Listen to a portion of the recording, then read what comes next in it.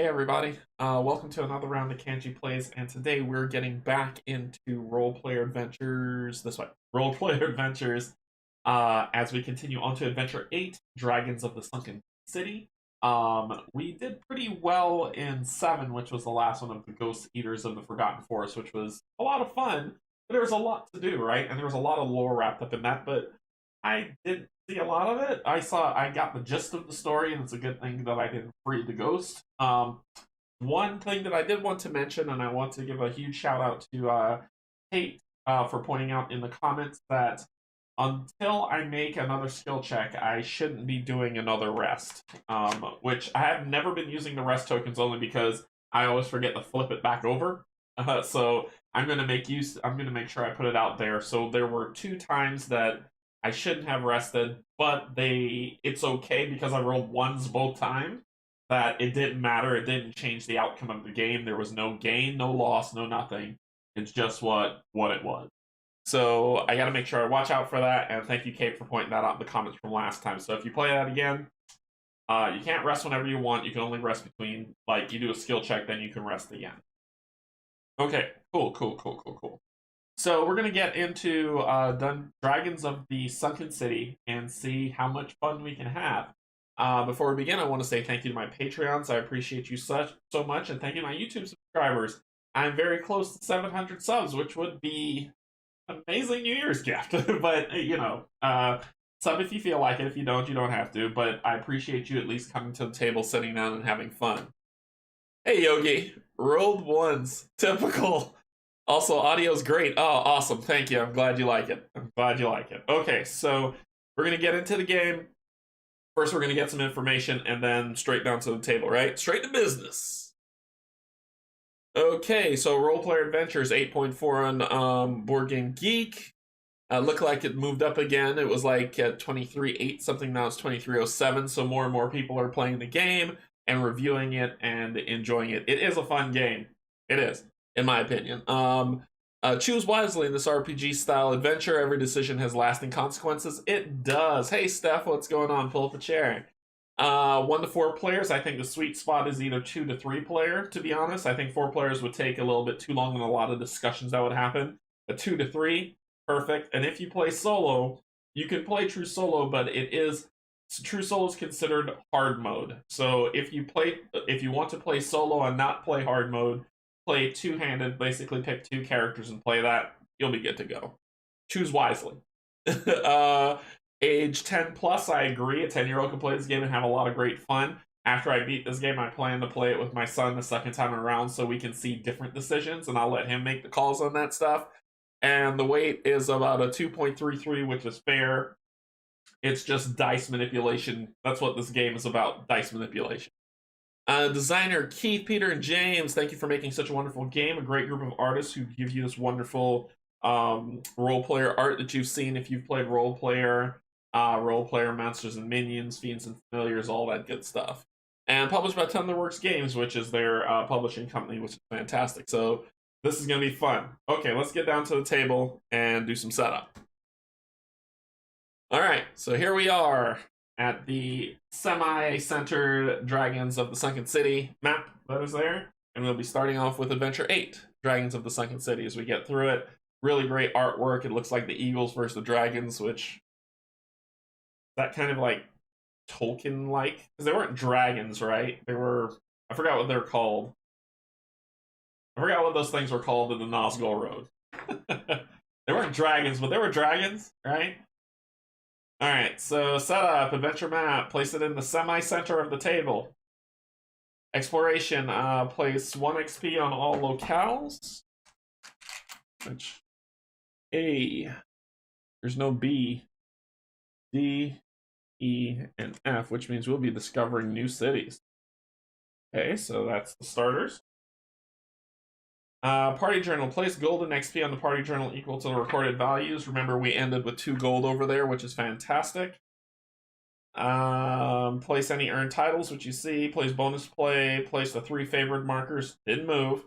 And we are not infected, so don't gotta worry about that. Character sheets. Place each player's character sheet. Place the class cards face up. Fill each attribute row, which we did. Now the encounter tokens. Find encounter token 6 and place it face up on the encounter space with a star. What? Okay, so let me read this again. Find encounter token 6 and place it face up on the encounter space with a star.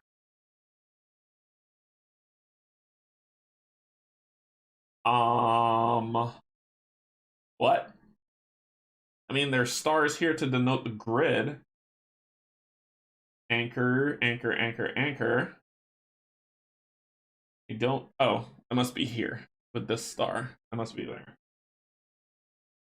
Place encounter tokens 1 through 4 on the table and create a pool. 5 goes back. Flip them face down and shuffle them a boot. 6 goes up top row 1, square 2. Top row 1, square 2. Here. Hey, Dream Alchemist. Here.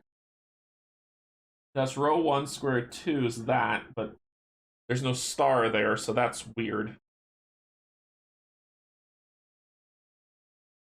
I'll put it there. I have no idea, because there's not a star there at all. Because it says, face up on the encounter space with a star. Oh, I see it, I see it. I see the star. Yeah, I see it. Thank you. Face up. Okay. It's very, very dim. It's very dim to see. It's very hard to see. So it has like this almost transparent star on it. And then we'll put 1 to 4 in their proper places. So let me see. Put you down here. I'm looking up so you don't see the, think that, hey, he's cheating and looking where things are. I'm just kind of going by feel.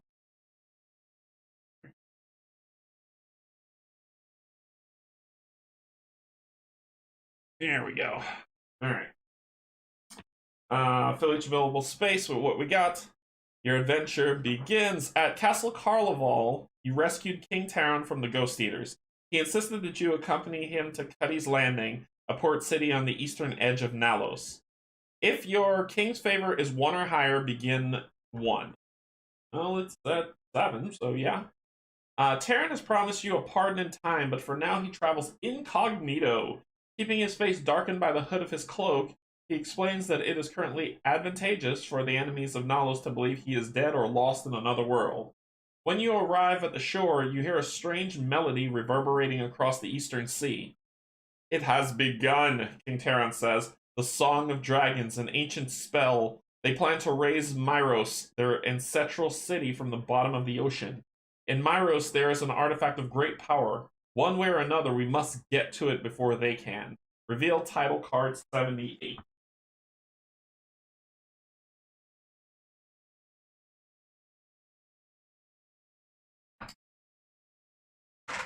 Oh my gosh, I almost dropped the whole deck. King's Company. The king chose you to accompany him on a mission of great importance. Like it or not, you have little choice but to follow him. Only the king can prove that he still lives and thus save you from the gallows. Do this. Brighten that up a little bit. Okay. All right. Place your party marker on location A, which is Cuddy's Landing, and read entry A. Okay, entry A, Cuddy's Landing. If there is no XP at location A1, otherwise collect the XP. Okay. Find me a ship, the king commands. Across the beach, you spy a small seaside tavern called the Golden Hope. As the king leads you towards the tavern, something slips from his pocket and drops onto the sand. He appears not to notice. Reveal discovery card 69.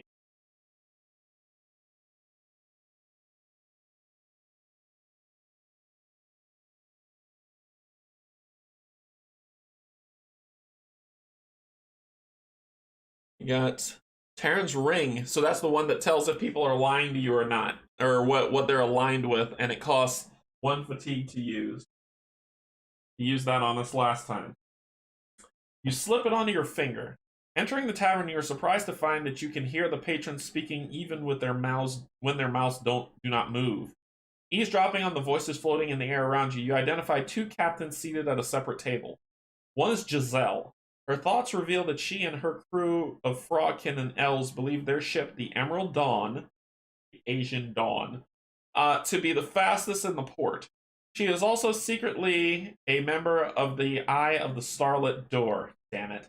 The other is Cayman. Many of his crew are dragonkin and dwarves who seem disloyal to their captain, but their ship, the Iron Tide, has notably strong armaments. A few of his crew adhere to old superstitions, believing the dragons to be God. You feel suddenly woozy, your head is pounding. When you slip off the ring, the pain immediately subsides. So we're either hiring Giselle of the Starlit Door or Captain Cayman and the Iron Tide. He's a dragonkin and he has dwarves with him. Oh, barf. So if we hire Giselle, that's the thing. If we hire Giselle, we're going with the Starlit Door, which could affect our king's favor. If we hire Cayman, it could be anybody. He's got dragonkin and dwarves with him, which could be the kingsman. So I don't know. I don't know which to do. This is already a tough decision. I don't know. Emerald Dawn or Iron Tide?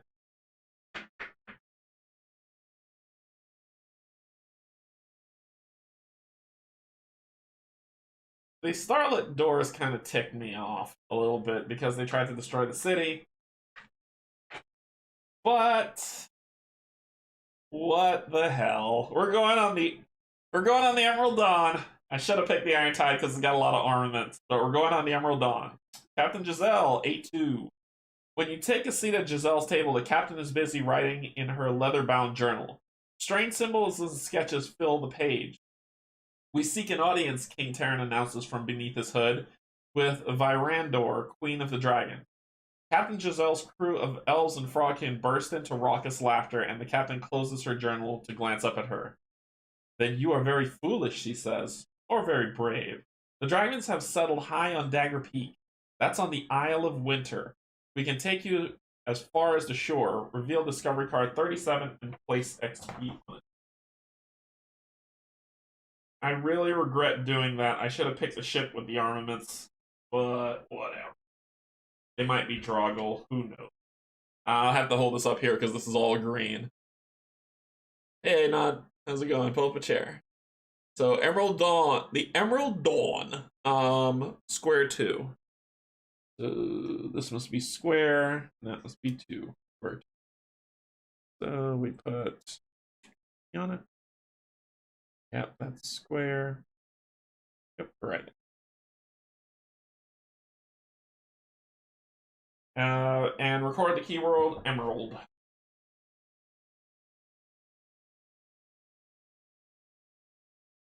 Done. Alright, new rule. Board the ship. In this adventure, the heroes have acquired a ship which is docked at this port, the Emerald Dawn. To take the board the ship action, place your party marker at location C on the Emerald Dawn, then read entry C as indicated on the revealed discovery card. Okay. We can use an item, rest, or board the ship. Let's board the ship. So we'll go here. Alright, so then it says, then read entry C. So we're going to entry C. Let me use, yeah, let me use the ring. Let me use the ring first before I do that. So, 69. You slip the ring onto your finger. King Terran's thoughts are loud enough to be nearly deafening. It appears he is more fearful than he lets on. His mind is filled with images depicting the potential consequences should you fail in your current mission. Flights of dragons terrorizing town after town, burning acres of farmland and leaving thousands of soldiers and villagers burnt to a crisp. Perhaps it is a unique burden of a king to hide his fears beneath a confident smile. Now we'll board. Alright, so we're going to sleep. If you have the keyword winter, no. Keyword miss, Keyword northern, nope. Is there? If there's no XP at the location, there is. Otherwise, collect the XP. From this location and continue reading. Hey, Nova Girl. Hey, Adam, what's going on? Pull up a chair. Both your chairs are here and ready. Go for it. Giselle leads you to a thin ship made from white oak. Barking orders, she sends 3 Frogkin crews scuttling up the mast to raise its bright emerald green sails. There are no cannons aboard, but a giant ballista stands armed and ready. The ship's spellcrafter shows you a small stockpile of scrolls. If you have any hope of reaching the dragons, the captain explains, you'll need to fly, not sail. There is a nest of great eagles on the Isle of Winter. They might take you to its peak. A dragon with an injured wing was also seen landing somewhere in the northern archipelago. From beneath his hood, the king adds, we also have an interest in the sunken city of Miros, in the place you call the Boiling Mist. Giselle smiles. I share your interest, she says, but Miros lies at the bottom of the sea. You'll never be able to dive that deep. Shuffle the scroll deck and reveal 2 cards. Place them face up next to the adventure map to create a market. Now you want to sell me scrolls. Alright.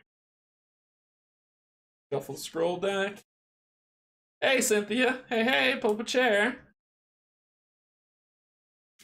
You're completely aligned with the starlit door? Yeah, just I think like it's better for that one because I don't want the others to turn out Dragul. I'll get in a lot of fights on that ship. All right, so we got 2. We've got Brimstone, which adds a red, and we've got Energy Field, which adds 2 blues. I want Energy Field so bad, so I am going to be looking to buy that one for sure. So that is the market on the ship. As soon as we get 8 gold, I'm buying it. Okay. While at location C, you may buy cards from this market for their price. If your starlit door is higher than your king's favor, the price of each card at this market is decreased by 1 gold. If you buy a card added to one player's hand, new rule, Disembark. When the party's ship is adjacent to a location marked by an anchor icon, here, or there, move the party marker from the ship along the path to the connecting location and read the corresponding location's entry. New rules, sail and disembark. When on a ship location, sail by moving the ship card 1 space vertically, basically orthogonally. I don't know why they didn't say that. Before entering a space with an encounter token, resolve the encounter token as normal. If the ship is adjacent to a space connected by an anchor icon, the party may disembark. Okay, so we're going to sail and disembark at another location. Can't buy right now, so we're sailing. The Isle of Winter has where we really want to go, and then the Boiling Mist is where the sea will come up. So we're not ready to go there yet. Something was happening at the Northern Archipelago, but I can't remember what it was. So we're gonna go up. We're going up. And we reveal this to be 1. So, Adventure 8-1. As a dense fog forms around you, one of your shipmates holds up a brass compass and the needle spins wildly. This is such a good game for choices, and I wouldn't have even considered Canje. Oh, thanks, Cynthia. Well, you suggested cartographers, so I plan to play that. I will be playing. So the needle spins wildly on the compass. The others begin muttering about sea witches and black magic, but the captain calls for silence. You listen carefully to the wind. It sounds less like a breeze and more like a howl of pain. Without warning, another ship emerges from the fog. The captain steers sharply to the port side, and the 2 vessels scrape past each other. The other ship glows with an eerie, mysterious light. Its sails are white and ragged. On board, you spot Xerath, the witch you met in Falondor. She has a large chain wrapped around the Ghost Eater, but she appears to have lost control of her new pet. The creature is ripping the soul right out of her body. Uh-oh. If you have the keyword emerald, which we do, I just spelled myself. If you have the keyword emerald, go to 821. Xerath. Captain Giselle gasps. She orders her men to pursue the ship, and then she turns to you. You're with me. As the Emerald Dawn nears the ghostly vessel, the captain jumps on board, and you follow at her heels. Distracted from her meal, the Ghost Eater releases Xerath and hurls itself towards you through the air. How do you know the Ghost Eater's a girl? Kind of messed up. So Nightmare, Ghost Eater number 17. It's happening.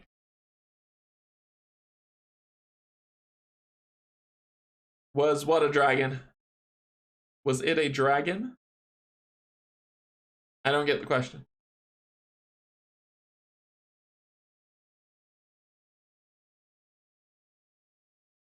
My first game, I tried to play it as a spy in the Starlit Door for the king and tried to be careful when I made decisions that affected either.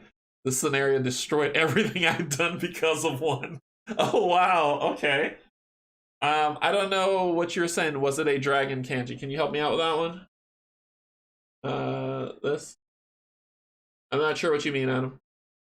Yes, oh, there was a dragon that crashed on the Norgan Archipelago. Yeah, yep, that's right. Thank you. Thanks, Adam. That was good. All right, so 17. We're fighting stuff. I may go check out that dragon. Huh. And it has the modifier of Nightmare.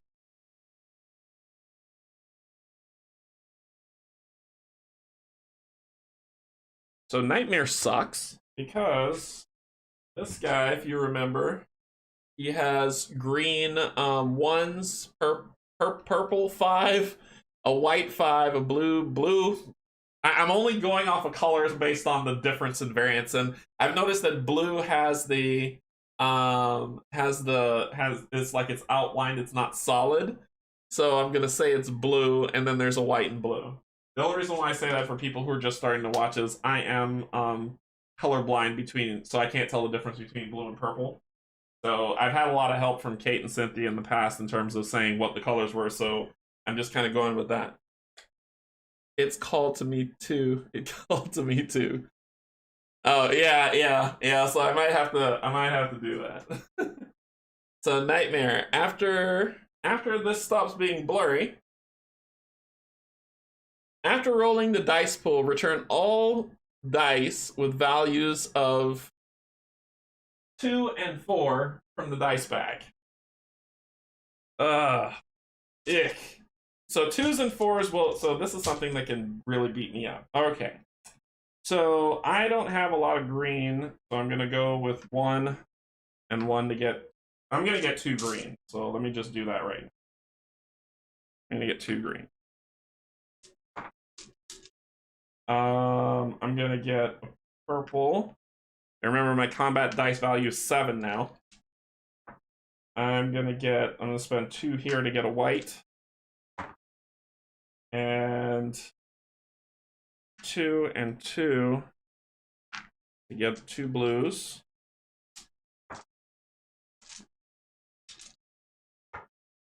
So I've got 2 greens, a white, a purple, and 2 blues.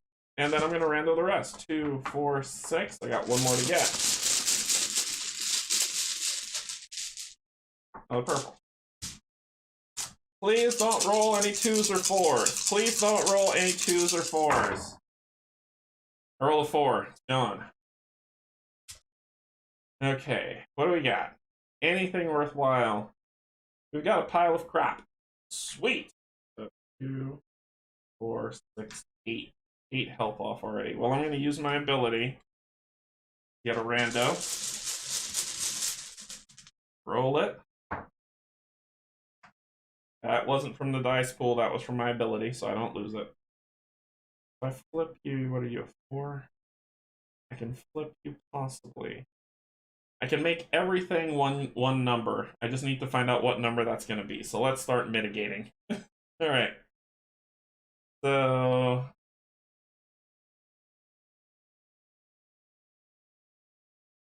What do we got? What do we got?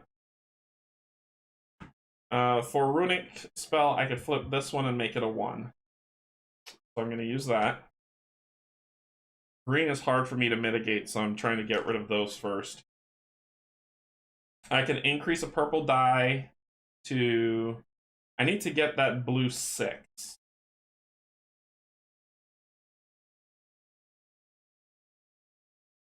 Pickpocket would flip both of those. You would just flip to a 4. Meh.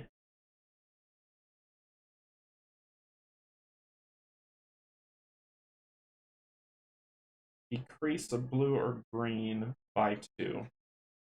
Like I said, I'm going for this. So I'm going to play Sling. Decrease this by 2 from a 3 to a 1.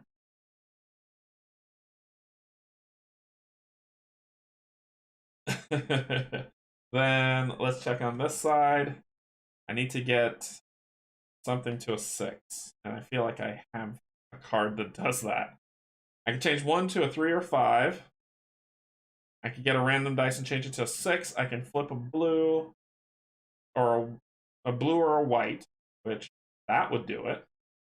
That would get rid of that 6 with the 4 hit.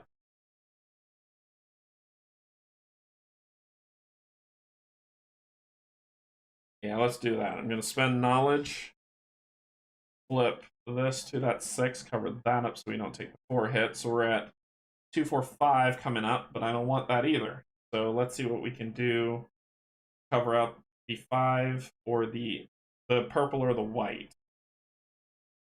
I can inject. Well, really, truly, all I need now is to make that blue a 6. That's all I really need. Turn a 2 into a 4 and a 6. Oh, do I have a tick down for a blue? If I do, then I'm solid. Then I got this. I think I do. Here it is. Jade Gauntlet. That's the one I'm looking for. So, Jade Gauntlet says turn any color into a 6. That's what I needed. So I'm going to spend that. Turn this blue into a 6. Then I'm going to burn my ability. Burn in 2 of these. You flip both of these to 5. Ta-da! And that's how you win. So I get 1, 2, 3 XP.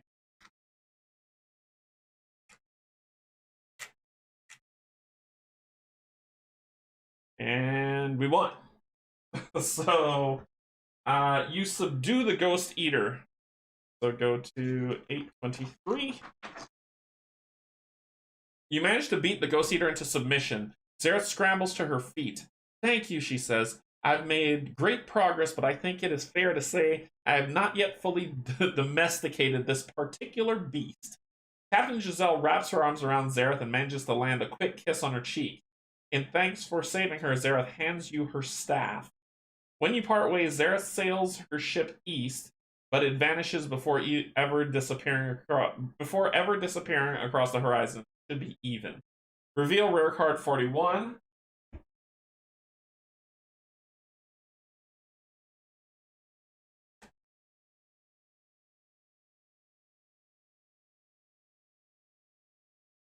Xerath staff. Reroll any number of dice of your class color. So we will grab a thing for that. And I'll give this to you.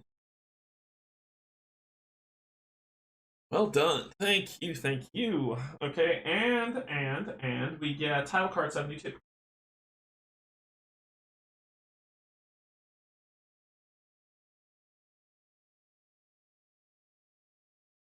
Rescuer of Xerath.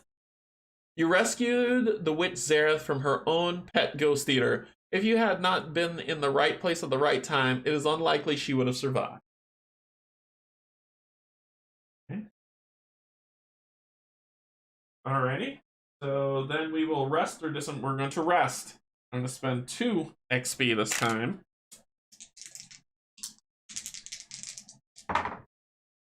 And sweet. 2, 4, 6, 8. Perfect. That gets us back up to full health.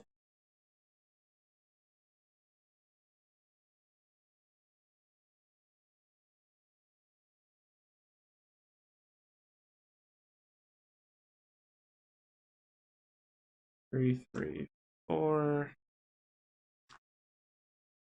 3, 5. Oh my gosh. Come on, come back. 5 and 1. Get the cards back. Flip my ability.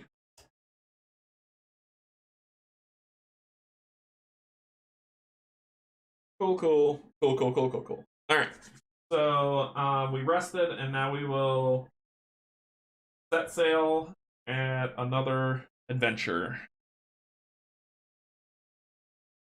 So we could check out that dragon, huh?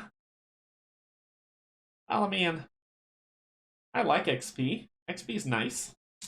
XP makes me happy. So I'm thinking that I might go to the left to see what that is, and then check out the Northern Archipelago, like what Adam was saying in terms of that there's a crash dragon that's there. So I think that's probably where I'm going to be headed. I could head up, avoid this thing, and do it, but who's going to do that? All right, so 4.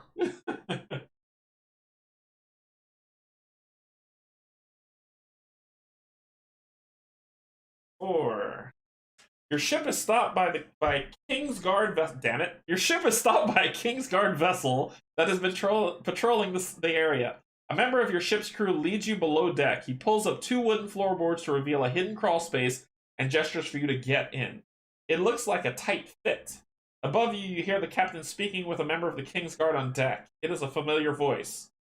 We've had reports, the speaker tells the captain, that the king's assassin has been seen aboard this vessel.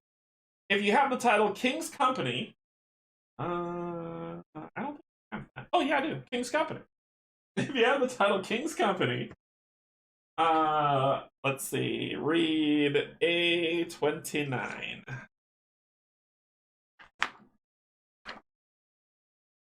We have to hide, King Terran insists.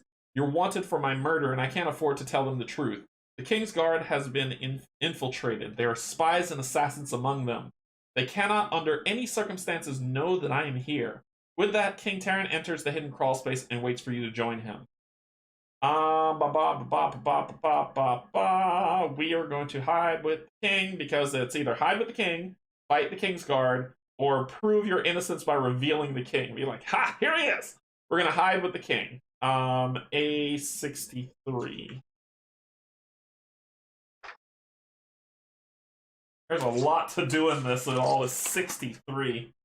So, you jump into the crawl space and slide the wooden boards back into place above you. Skill check! Concealment 3. Put this back. Canje, do you keep the 4 from your ability? Yes, I do. Sorry, I didn't see that earlier. Yes, this one right here. So Adam asks, Canje, do you keep the 4 from your ability? Yes. My ability as a seeker, it builds a pool of dice that I can keep using over and over again. I pretty much keep that value until the end of. I keep all my dice until the end of the adventure. Then they all get cleared up. Seeker is super powerful. Yep. Okay. So we are doing concealment. Concealment 3. So concealment 3 has black, green, white, and purple and white. Okay, so what we really want is we're gonna do our dice limit is 8. So let's get 2 black.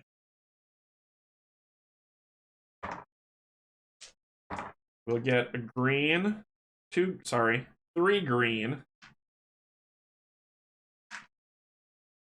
Because my green mitigation is terrible. Let's see, 3 green. We're gonna get. I'll take the hit for the white, and then we'll go purple. 2, 4, 6, 7, and rando. Right. 8. Yeah, no problem. No problem. Yeah, if I'll definitely keep glancing over to see if you ask if anyone has any questions about the game. Okay, what do we got? Crap, that's what we got. Okay, so we got a 5. I think that's all we got out of it. I roll high now once. Let us use my ability to grab a random die from the dice pool. Green. Oh, flip them. That goes in the pool, which I can swap stuff out now. Okay, so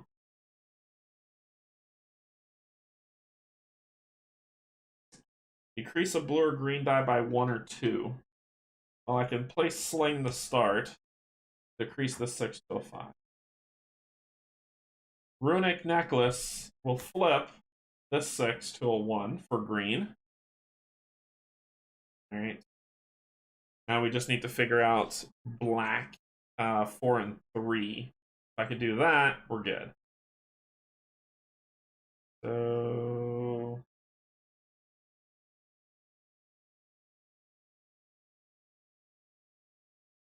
increase a blue or a black by 1. Not gonna help me. I could swap out a die, but I don't think I'm ready to do that. I can make a 1, a 3, or a 5. Perfect. So I'll make that 1 here, a 3. Okay, now I just need to convert a 4, and I'm good. Can I make any color into a blue or white?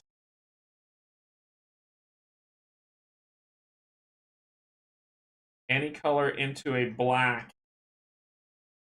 I think that will work.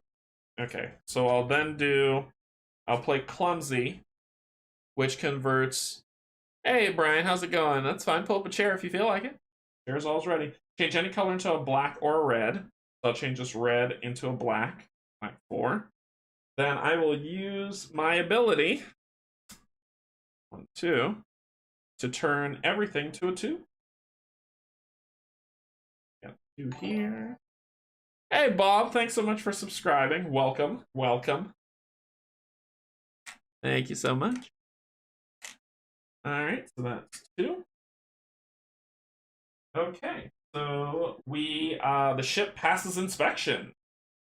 The King's Guard soldiers carefully inspect the ship, but do not discover your hiding place. Once they're gone, a member of the crew removes the floorboards and helps you exit the crawl space. Neat. We're going to roll 2 dice. Now that we're going to rest.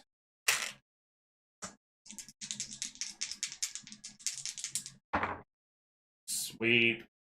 That's the trash I'm looking for. That's why I had extra over here, because I know I'm going to roll like hot garbage. 1. Ability. This next 3.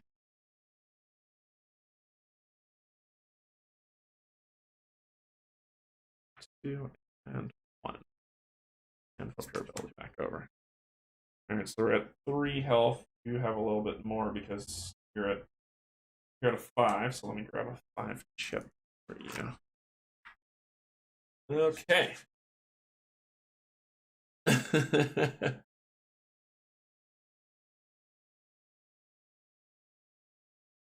Okay.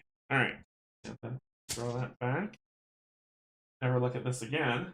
And get rid of that. Let's go to an island and talk about Disembark. E.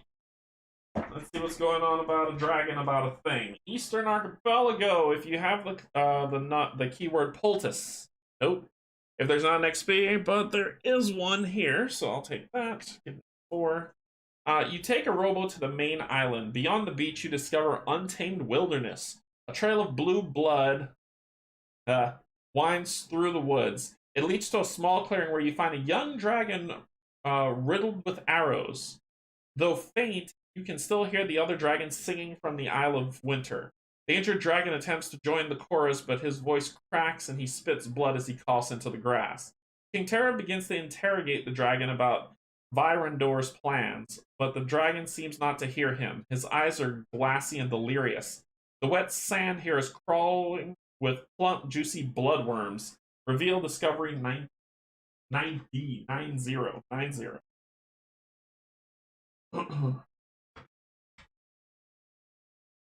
Got bloodworms up in this piece.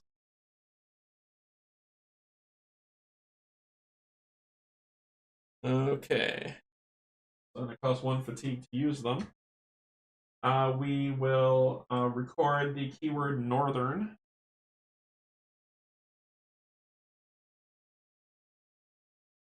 And if you have the keyword treasure, we do not. If your Dragul is 4 or higher, no. No, it's not. It's not. So we will we can use an item rest or board the ship. We're going to gain a fatigue to use the ring. 69. If you have the keyword poultice, I do not. As you slip the ring onto your finger, the thoughts of the wounded dragon fill your head like water slowly trickling into a lake from a stream. You see an image of 3 dragons. Their song is so powerful that the mountain trembles and rocks, tumble off the cliffs down to the island below. They are attempting to cast a spell that will raise the sunken city of Miros from the ocean's depths, but something is wrong. There are too few of them. Their spell does not yet have the power they need to accomplish their task. I'm sure if I saved him, they would. So, I don't want another fatigue for this thing, so I'm going to get back on the ship.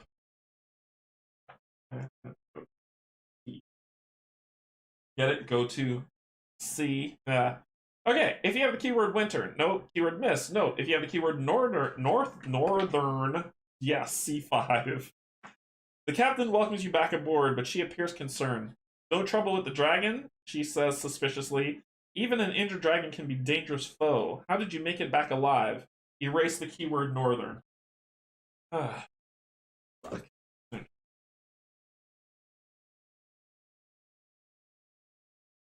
Okay. While at location C, you may buy cards. If you're Starlight Door, then the King favor, and we can buy a scroll, use an item, rest, disembark, sail. We're going to sail. Sail on, my friend. Carry on, my wayward son. There'll be peace when you are done. Alright. Do I want to head straight to 6 right now? I don't think I do. I don't feel like going to the Boiling Mist yet either. They can't finish their song, but we need to get with the... I'm gonna take... yeah, let me go here. I'm gonna go here. Let's go to 6.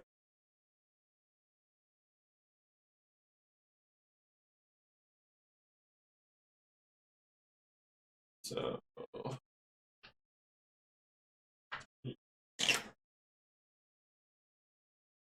The ship comes to rest on the water as the wind stills. A few yards to the starboard side of the ship, an impenetrable fog fills the horizon. In the sky far above, you see a dragon and great eagle engaged in combat. In the sky above you, you see a dragon and great eagle engaged in combat. From this distance, they seem no larger than ordinary birds. The entire crew looks skyward, mesmerized by the battle. If you have the keyword emerald, which I do, go to A39.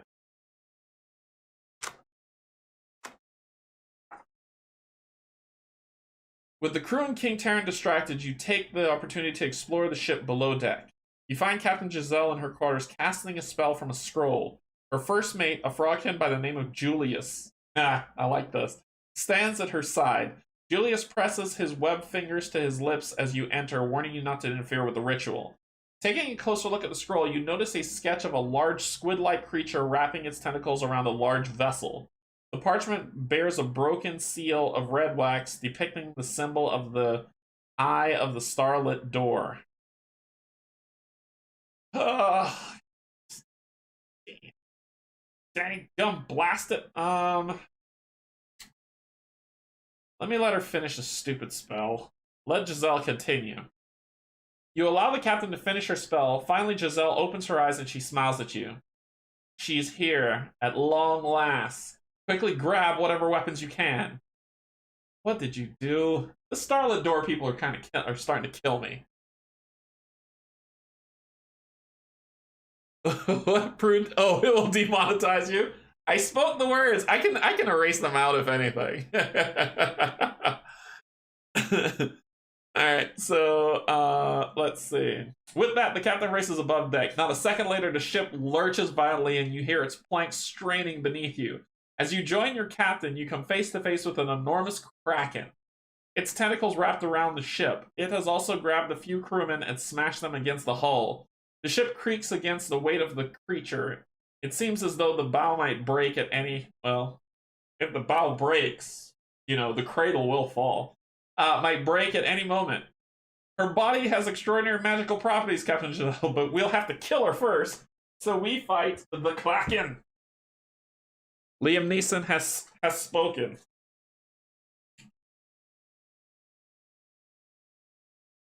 I know. Release the Kraken. All right, so we've got a lot of fighting to do with this guy. So, and he hits hard. 3 greens, 2 reds, actually 4 greens, 2 reds, and 2 blues, maybe? Mother of mercy, this is going to be a tough fight. Okay. So I've got 19 health over here, and 21 health over here. We got to go all in on this fight. We got to go all in. So I'm going to be doing 1, 2, 3, 4, 5, 6, 7, 8. So that'll put me at 11 health over here. So we're going all in. So 4. Geez, if I screw up, I'm doomed. I gotta mitigate like a mother. Okay, so 4 and 4. I'm probably going to die if I fail this first round.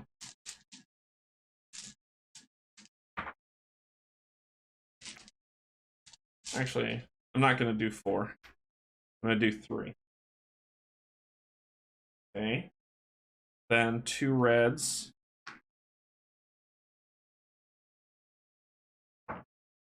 5, 6, 7, 8, 9, 10, 11. Okay. And 2 blues. You might have to take that hit, Chief. You're at 4, 5. 3, 4, 5. So you're at 10, 11.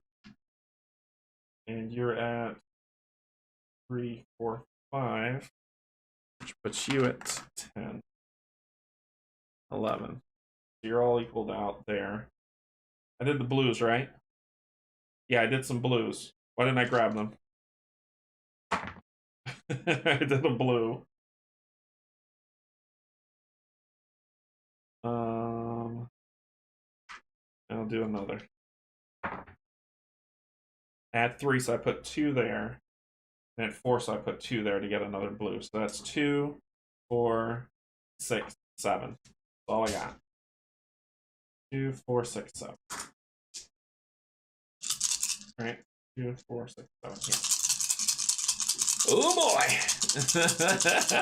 Let's do it. Let us do it. So I got 6s where I need them. I got a 1. Here. I got a 3. I got a 4. I'm going to use my ability. Grab a rando dice. Hope to God it's green. It's not. It's 6 though. Okay. All right.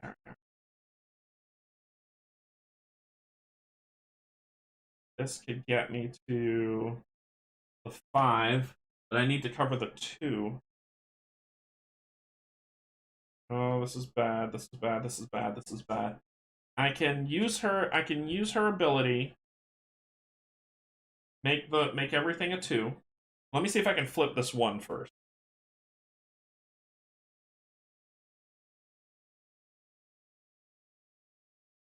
Flip 1s and 4s to their opposite side. So I can use Entrap to flip this 1 to a 6. Okay. So now I can use her ability. Oh, and I get to swap because I use my ability here, so I'm going to take this. No, I can't do that. I'm going to swap it out in a second once I add some white dice. I'm going to swap it. But I can use her ability to make everything a 2. Okay? That'll cover that up. But the problem is now I need to get that back in there. So let's add... I'm gonna... Ooh, if I pull the wrong color, this is gonna suck.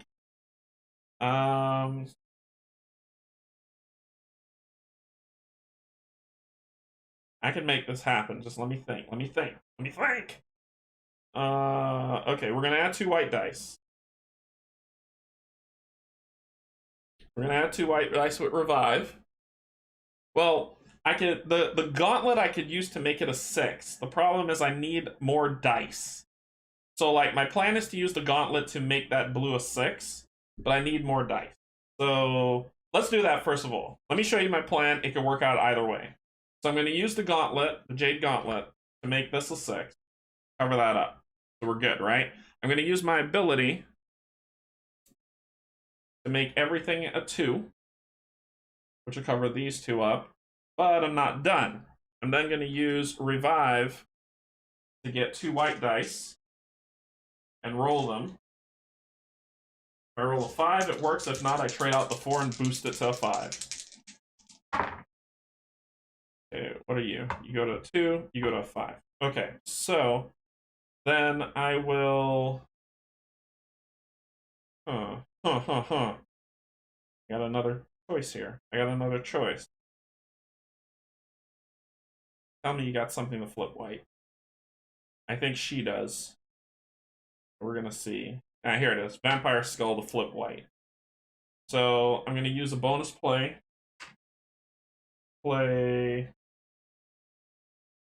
Oh, I didn't have to use a bonus play. I only played 1 card on this side, the Entrap. So I'm gonna use Vampire Skull to flip this 2 to a 5.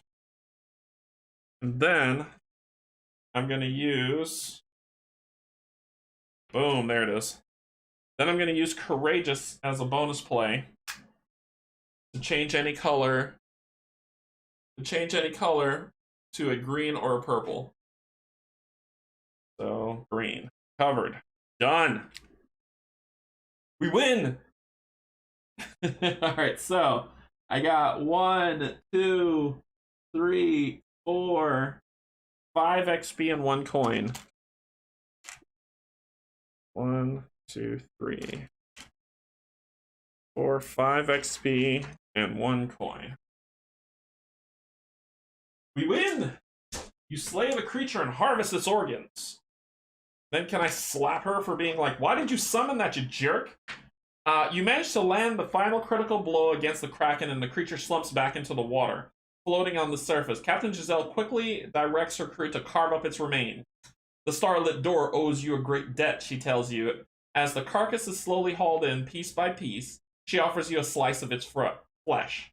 The Kraken, she explains, has incredible healing properties. +1 to Starlit Door, so I move back up to 5. Each player return 4 stamina from your fatigue box to the supply. So 3, 5, 4. Okay. This will be 6. Right. Reveal title cards 6 to 9.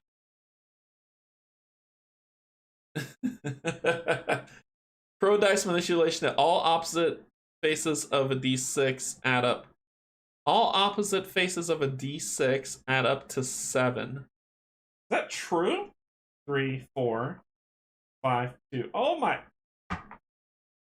Bob, you sage. I never knew that. Could you use that to heal the dragon? I didn't get, so we'll see. Possibly. I don't know. I probably can if it says poultice on it. We'll see if it says poultice. Giselle's death. Captain Giselle will never forget your assistance in slaying the Kraken she unleashed. Though her motives are still not entirely clear, she appears to have been on a secret mission for the Starlit Door. So I don't know. I mean, it sounds like I need a poultice to help with that. So we can rest. Yeah. I'm spending 2 to roll 2 dice.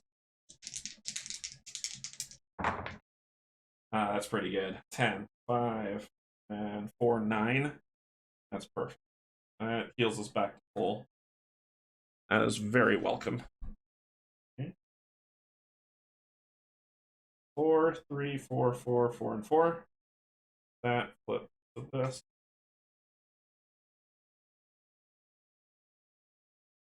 Could you use it? Sorry, I got excited. No, don't worry. If it said poultice on it, I probably could, but I didn't get anything from it. It just said to each player return 4 stamina, so I didn't get an item or whatnot. And you go back to full.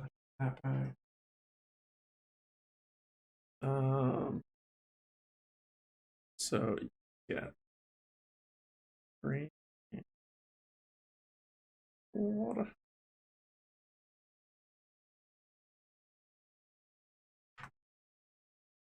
And we flip back, we're good. Pro tip 2, never have Canje roll dice when betting on craps. You only say that because you care.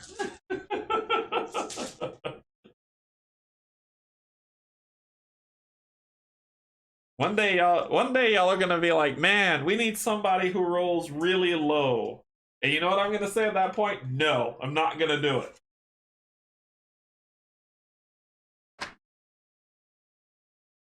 Alright. Then we can disembark. So we finished 6. 6 is done. Let us disembark to the Isle of Winter.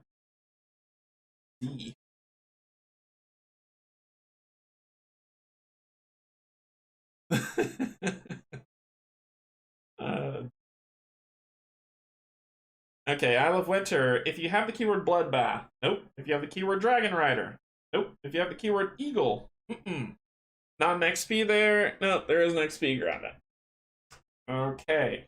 At the Isle of Winter, the dragon's melody echoes over a series of long rocky beaches, and the towering mountains block out the sun.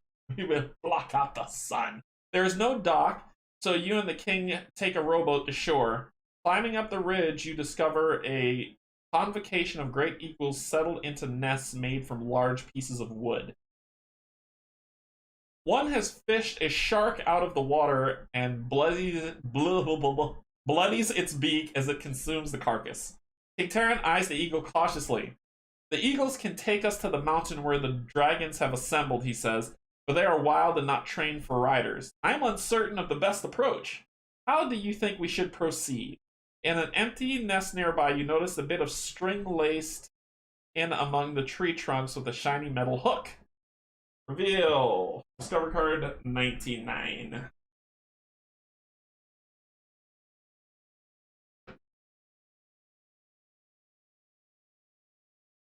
It is a fishing pole. Okay. Record the keyword winter. You know it is coming.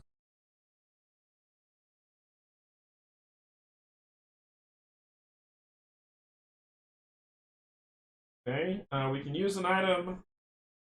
Yeah, I'm feeling spry. Let's chuck on that ring. 69. You place the ring on your finger, sensing the jumbled thoughts of the great eagles. Your mind is filled with a frenzy of images, mostly related to food.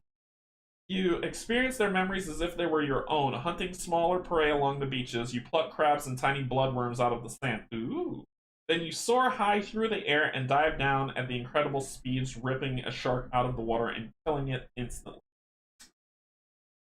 Okay. I could do a 1999 thing, which putting the bloodworms on the fishing pole. Is that a way to catch an eagle? That would be kind of messed up. That would cost me 2 fatigue though. I could. Geez, it's causing a lot of fatigue to do this stuff. I haven't tried doing the Terran's Ring and the Bloodworms, which sounds stupid, but in this game, nothing's off limits. So let me do that first. It's going to take me 2 fatigue to do that. So 69 and 90. 69, 69, 69. You slip on the ring and then place one of the bloodworms in your hand. One of the great eagles approaches you cautiously. The ring allows you to sense the bird's thoughts, but all you can glean is its sudden, insatiable hunger. Seeing the bloodworm through the eagle's eyes, it seems so plump and juicy that you nearly take a bite out of it yourself. The great eagle, however, is too quick for you. He snatches the worm from your hand. You fetch more from the bag and feed the worms to the eagle one at a time. Soon the eagle bows its head to you, allowing you to mount. What? No. Yeah.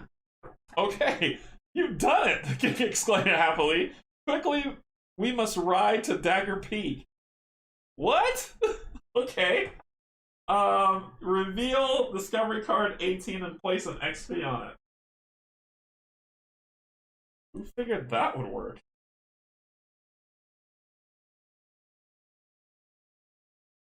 Like I said, there's nothing off limits here. It's not that you roll low. It's that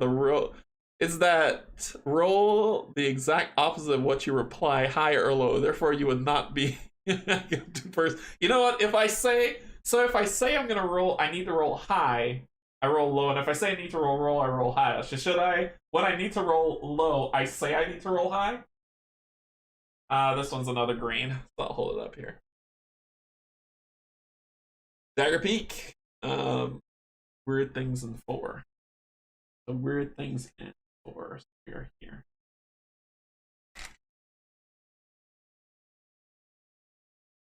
Okay, and record the keyword eagle. Eagle! That's for anybody who watched Scrubs. We can board the ship or move to a new location. We are going to move to a new location, going up to the peak. H.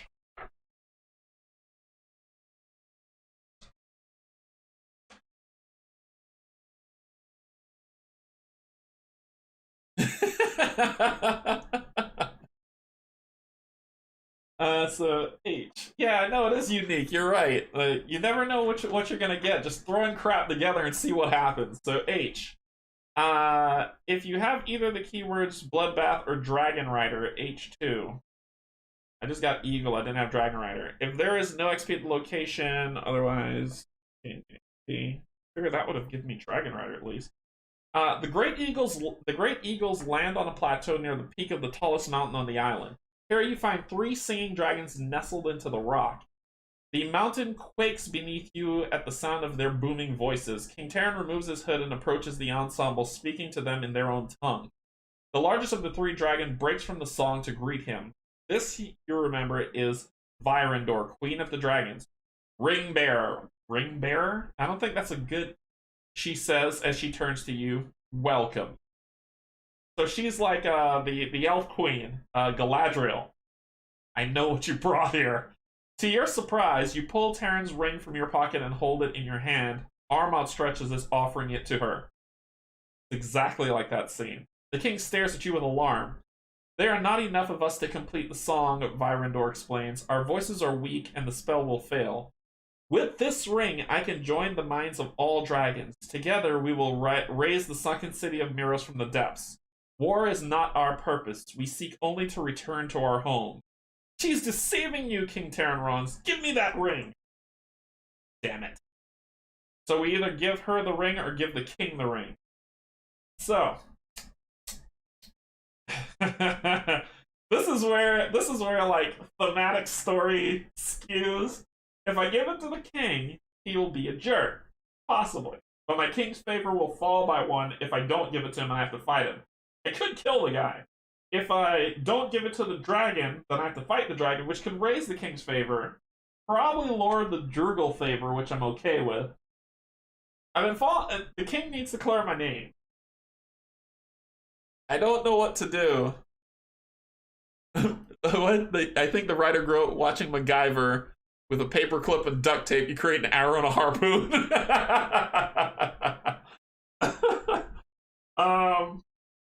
So give it to the dragon or give it to the king. Sons of biscuit. Well, the king's been kind of shady lately, right? First of all, he winked at me, jumped through a portal while leaving his men to get killed in the castle, letting me take the fall for his murder. Then I meet him. He's a ghost somewhere, and I help him fight off some soul eaters, which saves his life. He won't clear my name until he solves this problem, but there's something going on. She's good looking. It's a dragon. It's not Alex Straza.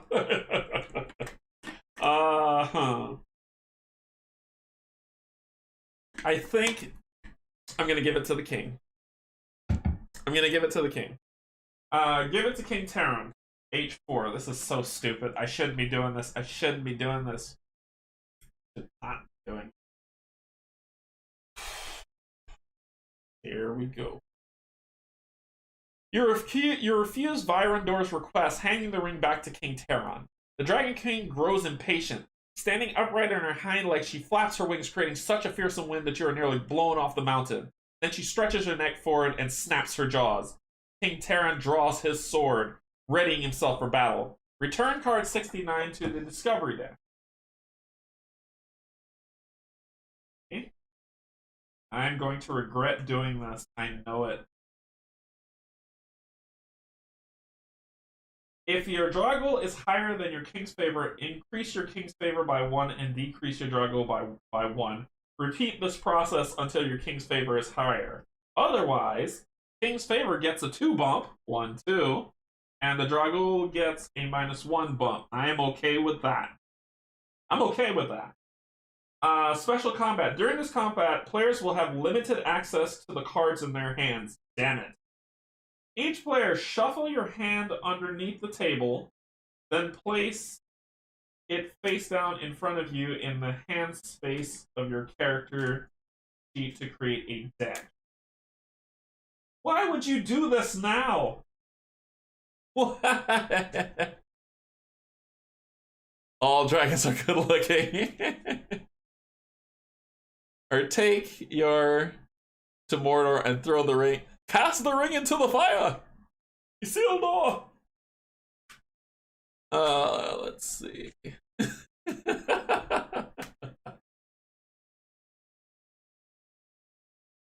Alright, so this is going to suck. Okay, so shuffle this.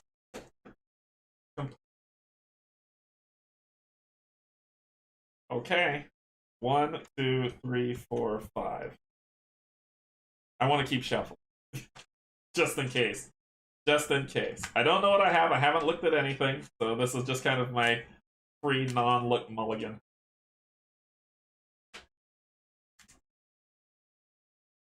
Alright. 1, 2, 3, 4, 5. Face down. Do the same with this. Each player shuffle your hand underneath the table, place it face down in front of you. Draw 5 from the top. Complete the first round of combat below using only the cards drawn from the deck. The combat box will redirect you to a new story entry after the first round. Anytime during the place and manipulate dice step, if a player places a die on any dice slot on the enemy card, choose a player. That player draws a number of cards from the top of their deck equal to the value of the die plate. Okay.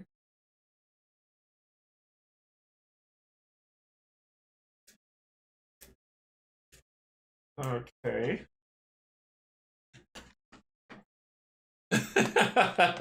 If I bend them, will that make you angry? Alright, so 1, 2, 3, 4, 5. Okay, so we got for her compassionate, white to anything, tick ups, and then that. Okay.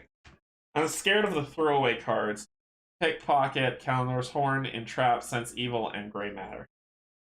Alright. Let's see what we're dealing with. So Virondor 57.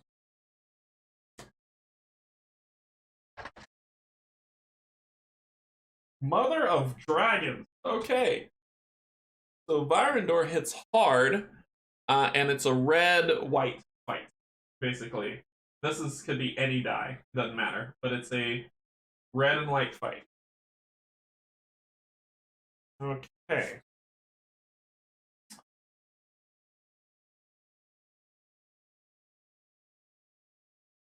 Well, you are about dice manipulation like you wouldn't believe, so let's get the 3 reds out. I probably shouldn't do that. That's probably a bad idea. We'll do 2 reds. 2 reds. Can I do the MacGyver thing and like use the fishing pole and the bloodworms to turn it into like a Vorpal blade or something?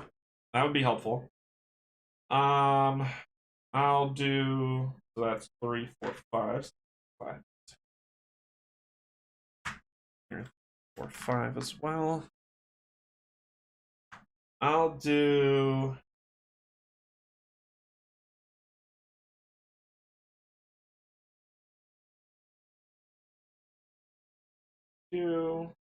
I'll do 1 white.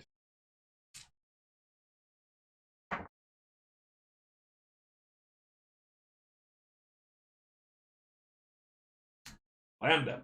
And I will rando the rest. I don't know what else I can do.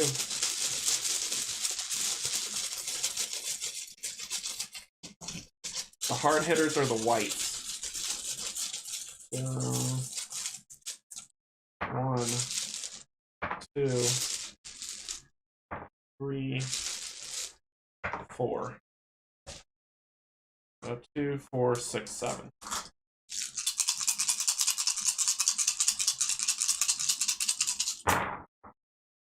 What do we got? A 3. We got a 1. That'll cover up the 5 hitter. We got another 1, which is a white, because that counts as a black or a white.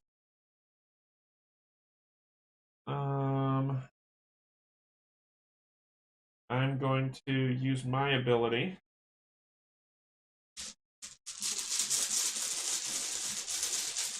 Get a rando, black die.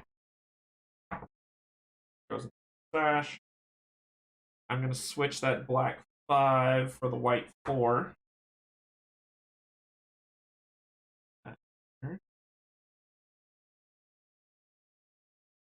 Figure this crap out. I can flip a 1 or a 4 to his opposite side with ensnare, which would make this a 6 and this a 3. Either way, I'll do the 6. I'll do the 6. That'll be ensnare. And then I can flip a black or a blah, or a blah. What are you gonna do? What are you going to do? You can pick up a purple. You can get a 6. I should have made it a 3, then I could have used this for the 6, but whatever.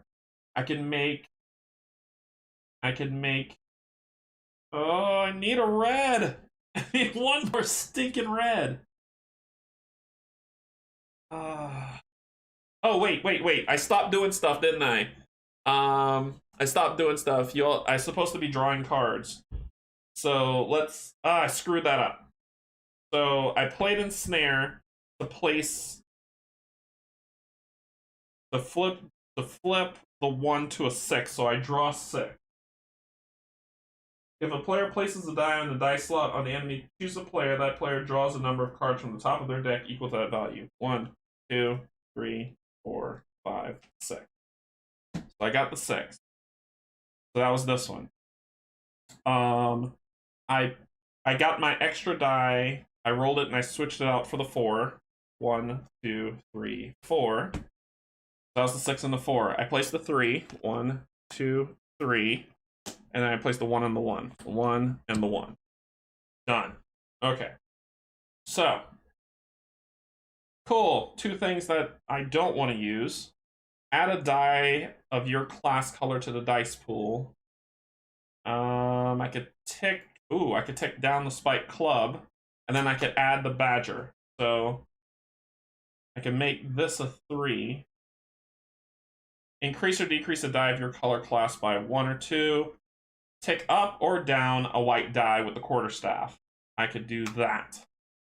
I can make that a 2. And then hope to God I can add dice. Let me see, can I add dice? I can. Okay, okay. And boom. Alright, we did it. Alright, so I'm going to play quarterstaff for my second one to take this down to 2. Drawing 2 cards. 1, 2. Getting the Peregrine and the Runic Necklace.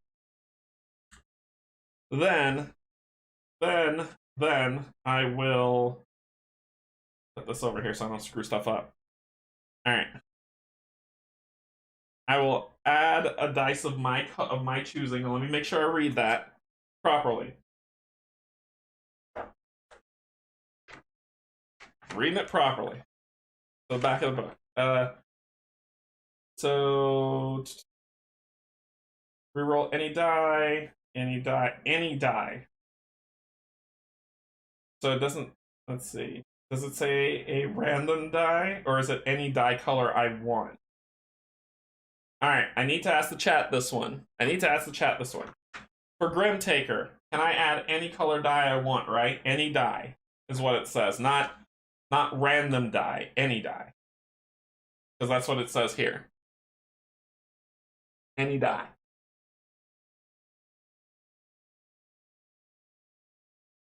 Yeah, because the question mark, this lets me know I can grab a red because the question mark says a random die. So, yep, I pick. All right, thank you. So I'm going to play Grim Taker to get another red. Then I'm going to use my ability to turn these into 3s. Kick rocks, dirtbag. You're beaten. Ha-ha! Woo! My God. Okay, so wow, that was good. That was good. The question mark is a random die. Okay, cool, thanks. Victory at the end of the first round. You gain the upper hand, H16. So I haven't collected my points yet because before they've screwed me on this. So H16. Though you manage to kill her 2 companions, Virondor lets out a long blast of fire that burns your arm, forcing you backwards. Each player reduce your health by 3. So I'm at 22 health. Not erasing that. I'm at 22 health. Y'all will remember. I'm at 22 health. As you recover, she flies upward and disappears into the clouds. In a rare burst of emotion, King Terran laughs happily and slaps you on the back. Well done, he says, his eyes filled with a mixture of euphoria and disbelief. But I'm afraid the memories of dragons are long-lived. No doubt this queen is already plotting her revenge. Damn it. Their song is ended, and the city of Miros remains at the bottom of the sea where it belongs. Return all cards from your deck to your hand. Return all cards from your discard to your hand. Deck, discard. Deck, discard. Reveal title card 76. I'm gonna pay for this. I shouldn't have done it. I can't fight something like that and the final boss. Ugh.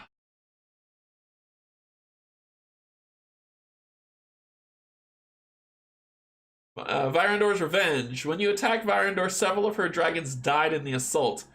Their lives were dear to her, and she will seek payment for this offense in blood. She wants blood. Okay. I backed my king. It's thematic. I kept thematic with it. Okay, so where are we? If you have the keyword artifact, I don't. Otherwise, H10. Okay. No, really? The artifact remains at the bottom of the ocean. We will need it at Brizor Wall, the king explains, but you have done well here, and I am prepared to release you for my service. We can continue to search for the artifact together, or we can return to Cuddy's Landing now, and I will take up the search on my own. I'll leave the choice to you. Record the keyword ocean.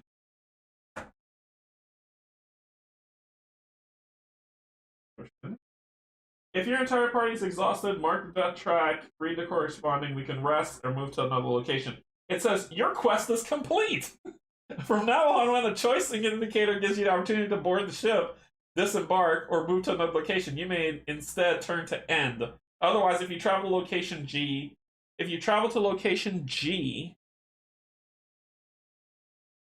I don't know where that is. Your adventure will end. I don't have G yet. So, we will collect this, which is, let's see, how much do we get for this? 1, 2, 3, 4 XP.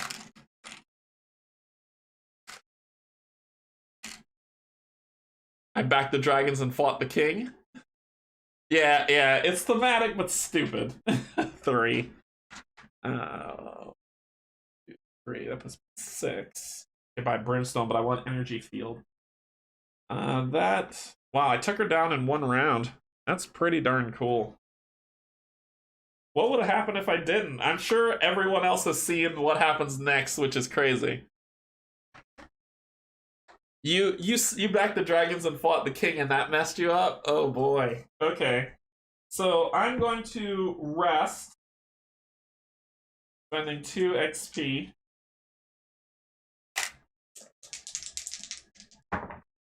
Seven, so 5, 6, 7. Perfect. And 5. Flip. That back. Flip. 4, 3, 4, 4. 4.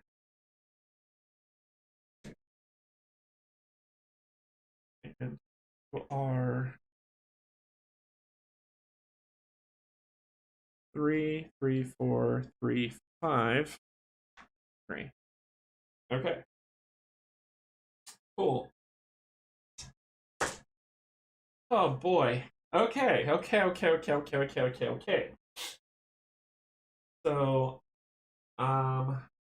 we can set sail, disembark, and move to another location, right? We can rest, we can move to another location if we want to. We're over here. Well, we still got stuff to do. We can still raise the city. So, let me look around on H. I got bloodworms and a fishing pole, which means I could catch something. And I don't feel like taking any damage for nothing I can really do anything about.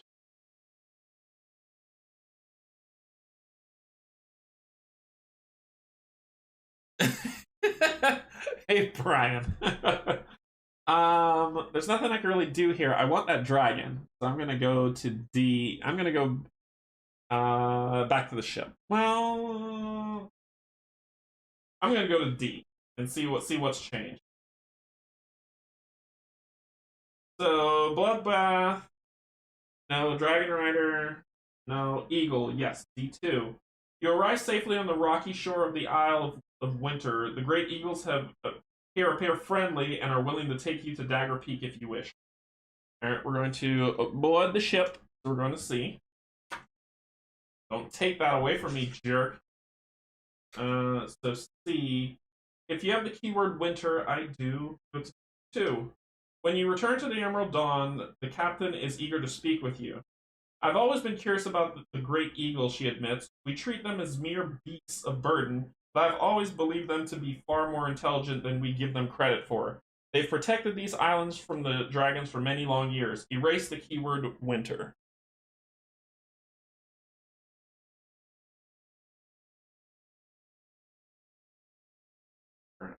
So we've got Emerald, Eagle, and Ocean. Alright, we can buy a scroll. I want this one. I've got 2, 4, 6, so I need 2 more gold and then I can buy it. We can use an item, rest, disembark, or set sail. We're going to set sail on the high seas. We're going down 1, and we're going over here to this. And it is 2. So 8, 2. I want to raise that city. I really do. I got to get that item. So 8, 2. If you have the title Vampire's Thrall, I kill that guy. If you have the title Vampire's Prey, nope, killed him. The ship reaches a small island with lush forests and sprawling green hills. The crew is unnerved by a strange sound emanating from the island, a dull mechanical hum. The trees shift suddenly as if bending against the breeze, and before anyone realizes what is happening, the boat is overtaken by a swarm of mechanical birds. What? The winged assailants whistle to each other as they fly frantically back and forth across the deck of the ship. Perhaps the sounds are the flock's way of coordinating their movements. We can try to interpret the birds' signals so you can control their movements, or scare the birds away from the ship with brute force. We've got int and wisdom going, so we're going to interpret. So we're going to go to B15 because mechanical birds. Who doesn't want that? So it's hard to concentrate with so many of them swirling around you, but you notice that the birds chirp using different pitches. Far from random, the sound appears to be connected to their movements. If you can figure out their pattern, you might be able to bring the birds under your control, so at least steer them clear of the ship. Interpretation 3.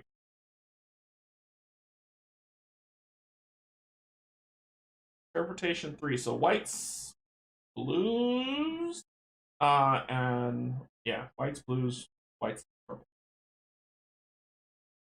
Okay. All right. Let's see. Well, I can add white dice, so I can at least afford to do one.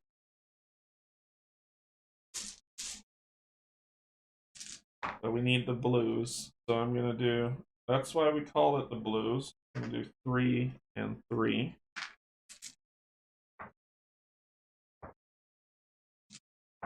And 1 purple. And then rando the rest, which is 8. So 3 more. 1, 2, 3. We've got 2, 4, 6, 8.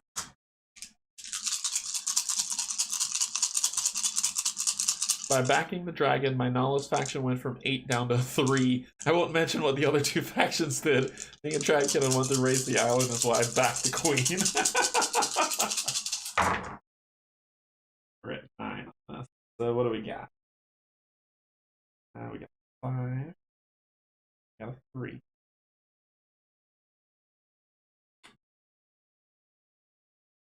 Lots of 6s.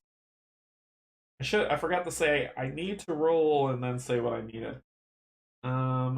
So what can we do? Well, let's add 2 white dice. That's one thing we could do. We're gonna do revive. Add 2 white dice.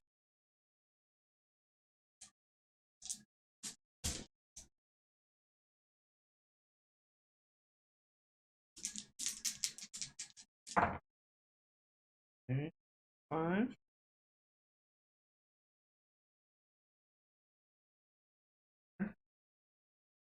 That 3 can go here, possibly. I'm going to use my ability.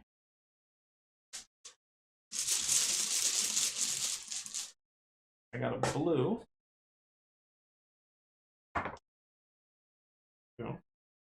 Cool. Then I can swap out stuff. Okay. So I'm going to swap out 2 for this.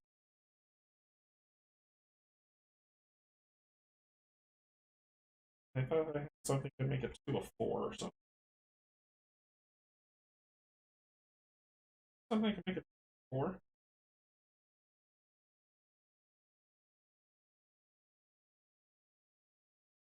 Do that. I can make. If I could take down that 3.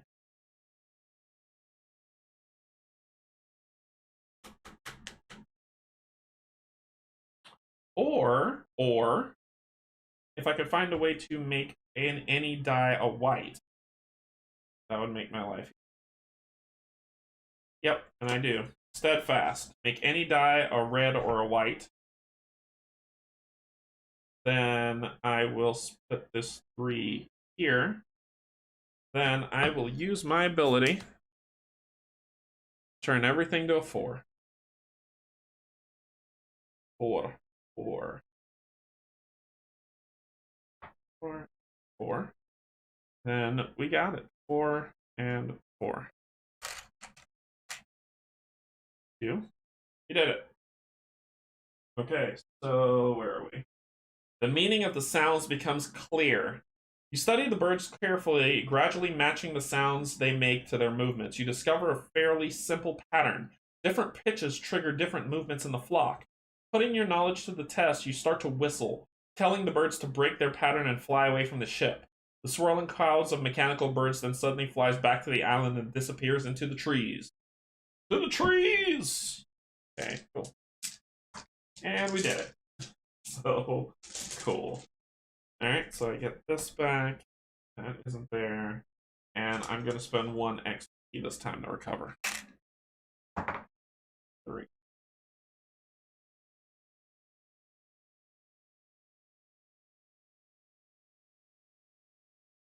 4, 3, 4, 4, 4.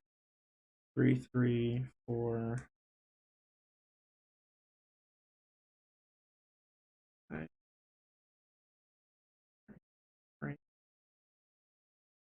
So 3, 3, 4, 3, 5, 3. Get your ability back.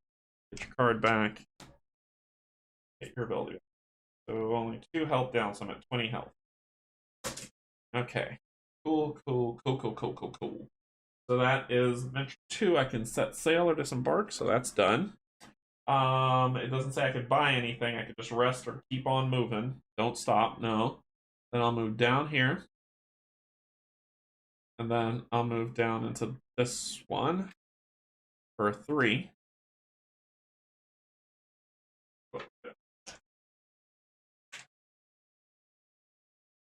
If you have the title Champion of the Colosseum, I do not. I checked my cards. I only have Freed. If you have the keyword, because if you have Champion of the Colosseum, that means that you beat the champ in the side quests, which means you kept going back and back until you became the champion. I didn't do that. So if you have the keyword Emerald, go to 853.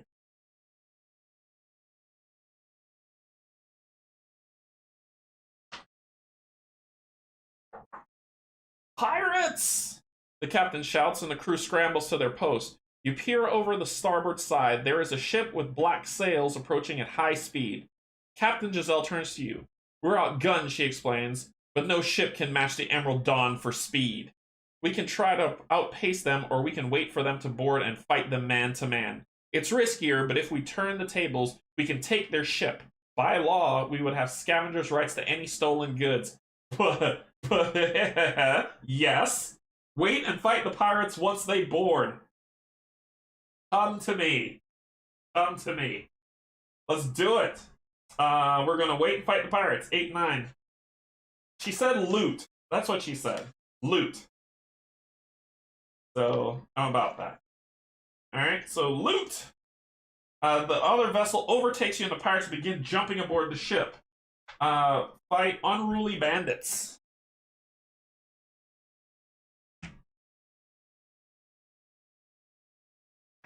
If you make me get rid of dice, I'm going to be angry. Unruly bandits.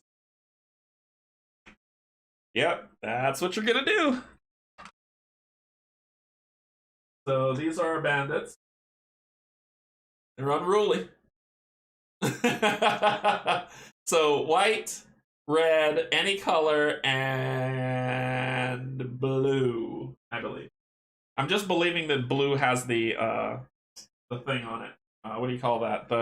It's not colored in. It's not colored in. And Unruly says, after rolling the dice, return all dice. After rolling the dice pool, return all dice with values. It says 5 and 6 from the thing to the dice bag. So this is every round, which means I need to beat them in 1 round. Okay, so we need white, blue, red, because it's just unruly pirates, right? Unruly bandits. Yep. All right. So white, blue, red, and any color. So white, blue, red. White, blue, red. And then random the rest. So then we're gonna rando 4 more dice. 1, 2, 3. Seriously? 4. Alright, no 5s or 6s. No 5s or 6s.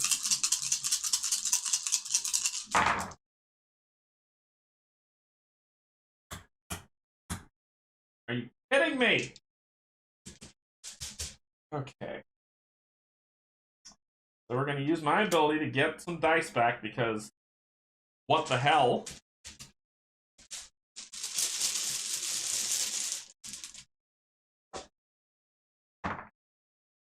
That's not from the dice pool, that's just using my ability. That goes here. I can trade some crap out, which I'm probably going to do. I'm going to trade that green out for it. And put that here. Okay. I lost my blue die. I could tick down a white die, or I can switch a 1, flip a 1 to or a 4 to their opposite side. I don't need that. I can flip you. You'll be a 3, right? Yeah. Now that I know that nice little trick that you showed. Well, I just need a blue die, and then I'm good. Which I can add a die. Let me see if I can add a blue. Flipping a blue. Flipping. I can gray matter to grab any die. And then I could make the red and blue 3 with her ability, and then try to get this thing to a 2, and I'm good. So let us add. First, let's add 2 white. Actually, no. Let's use Grim Taker to get a blue die.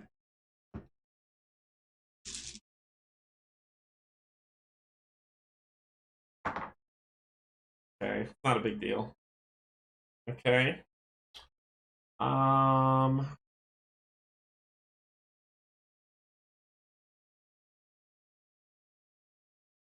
Is there anything you could do to knock down that die by 2? I can make any die 3. I don't care about that. That's going on there. Going on there. I could make a 1, a 3, or a 5. That seems like a wasted card. I can get a white blue from the Silver Warthog. I could re-roll a blue. I could flip a blue to its opposite side. A white, sorry, to its opposite side. Which would make it a 3. And then I think I've got a tick down on this one, right? And I got a tick down on this one. Okay, so let's do that. So I'm going to use Search to flip this die to its opposite side, which is a 3. I'm going to use Quarterstaff to tick this die down 1 to a 2. And then I'm going to use your ability to turn the other 2 into 3s. That's what you get, you jerks. Alright, so I just beat you.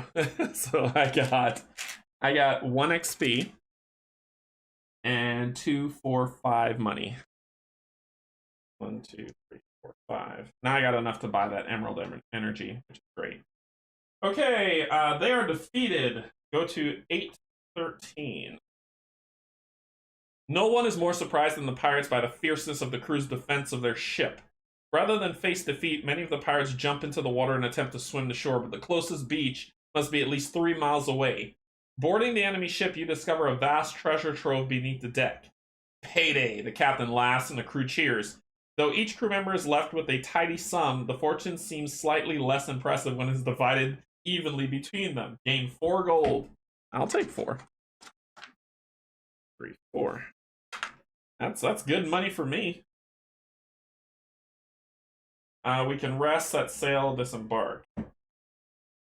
Okay. So get rid of this. We're going to rest. I'm gonna use 1 die this time. Might roll a 1, who knows? Let's find out.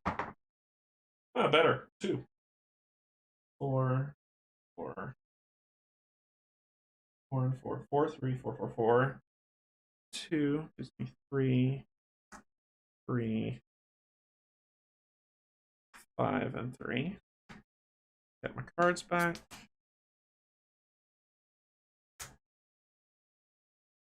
So I've only used up 3 health. Great. Dead.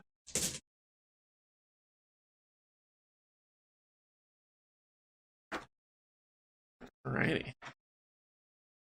Loot. I like loot. Loot sounds good. And Unruly, which is probably in the back. Yep. Okay. So we can from here we can set sail, disembark at another location.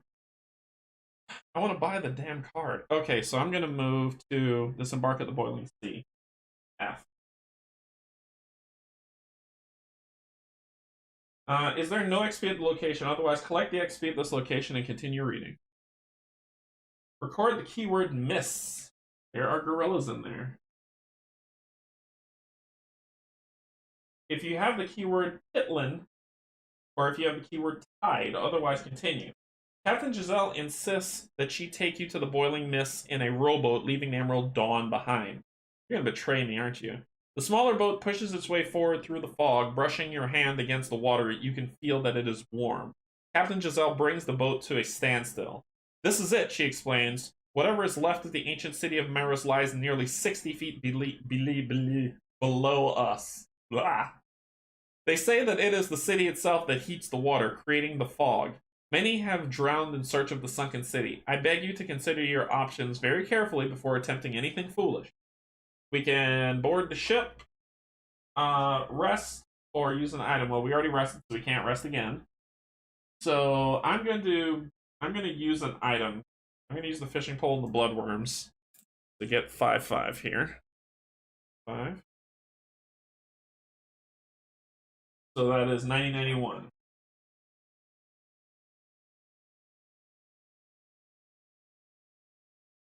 You hook a worm to your fishing line and cast it into the water. After a few minutes, you feel a tug. You attempt to reel in your catch, but it offers considerable resistance. Soon, both the captain and King Terran grasp hold of the line alongside you. With your collective strength, you manage to pull a giant jellyfish from the water. It stings the king's face before slipping back off the raft, and a red well quickly forms on the king's cheek. He glances up at you with a momentary irritation and tightens the hood around his face to help cover the wound. Perhaps the creature's sting will help him disguise his face. So, we'll board the ship.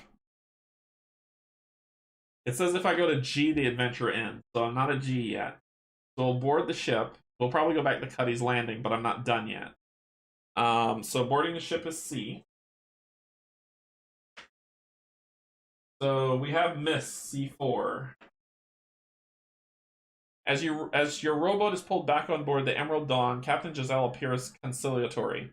The city of Meros has been buried in the ocean for over 1,000 years, she says. If the dragons are returning now, there must be a reason. The world is changing. When the time comes, we must be ready. Erase miss.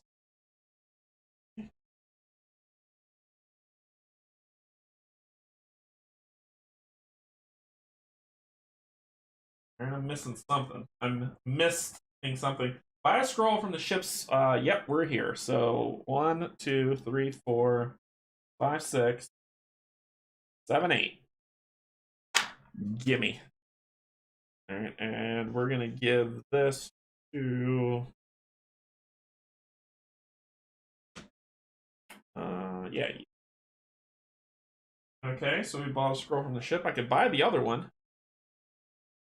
Not a bad idea. 1, 2, 3, 4. I'll give that to you. Okay. All right, we can use an item. Well, let's keep on with what we were doing. So 1, 2, 3, 4, and let's fish. 90/91. You attach a bloodworm to the hook and cast your line. When nothing bites, a crew member approaches you. Ship is going to scare away anything worth catching, he says. I hear there's a great fishing up in the northern archipelago, though. Oh, so that's where we use it. Okay. I'm going to set sail though back to Cuddy's Landing, but I'm not ready to quit. So I want to make sure that it won't force me to quit. So if there's no XP, A1. If you have the title Dragon Friend, A4. Nope. Your ship docks at port. King Terran joins you as the walk along the beach towards the Golden Hope. After a few too many ales, his face turns bright red. He decides that you're okay. He pats you on the back firmly. Okay, so I can't rest again either. All right, well let's keep it running. So we're gonna go to the archipelago here, and we are going to disembark to E. Then we're gonna go fishing at E.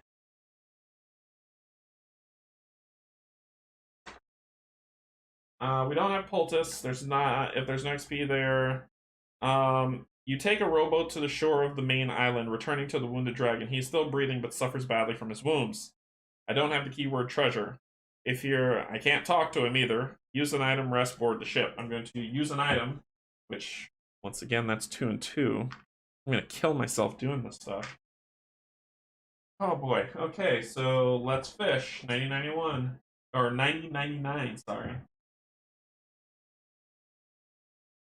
You bait your fish hook with a bloodworm and cast the line. After a few minutes, you feel a tug, but the fish just pull out of the water. Wait, but the fish you pull out of the water is unlike any you've seen. Continue to E10.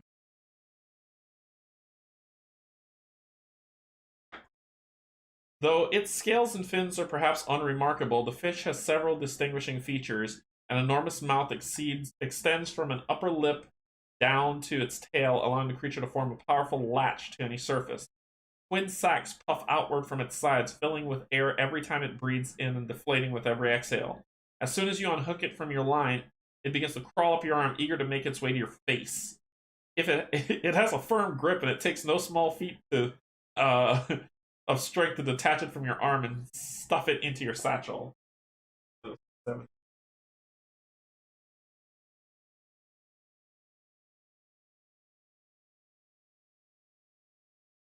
Oh, I could dive with this. It's the mass fish. Look at that. I could dive.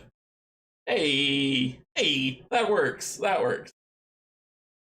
Alright, so we've got mass fish.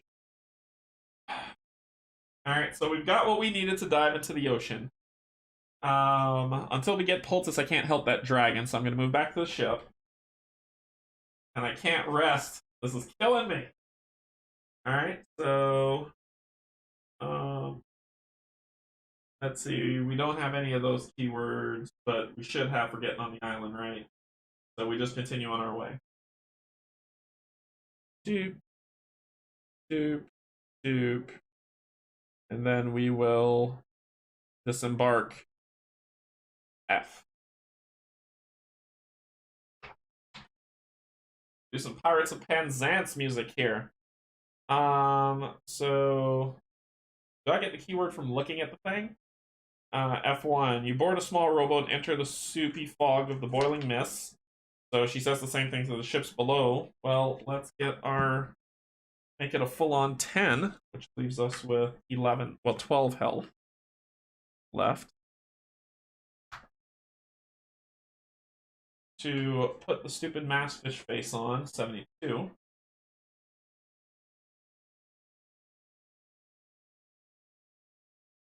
You hold the fish mask to your face. The flesh on its back balloons in size as it sucks in a great breath of fresh air. It wraps its tail around your head, pinching itself tightly against your mouth and nose. Each player return 1 stamina from your fatigue to the supply. Going back to 9. So it's like not using it, which is good. Okay. And go to F6. You dive off the ship and swim downward as the mass fish slowly pumps air into your lungs. You float over Miros to its temple, where the water grows warmer. On an altar inside, you find a glowing Dragolian box. The water around it is so hot it burns your skin. You reach out and grab the box with one of your Dragolian chainmail sacks, target Nolan gave you. Just as you have the box secured, something slams against your back. You're pushed to the ground and turn just in time to see a massive set of teeth swimming towards you. We're fighting a were shark.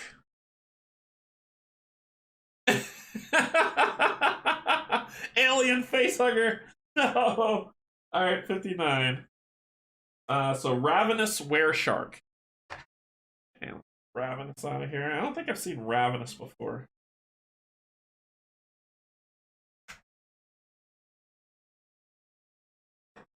Okay, so I gotta kill this thing in one go. Ravenous were shark. 3 red, 1 blue, and a green. And we have Ravenous. At the start of each round of this combat, return a die from this enemy card to the bag. Which means I gotta kill it in one round, basically. Alright. So we've got 9 beat up on us. Okay, so we need reds, blues, and a green. That should be enough to make happen. But remember, we got to take him out this round. So 3 to get the 3 reds.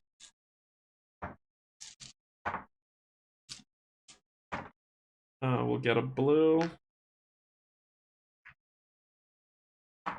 And we'll get a green. So overall, we've got 5, 6, 5, and 5, 10, 14. 5 and 5, 10, 14. So we've got 14, 22.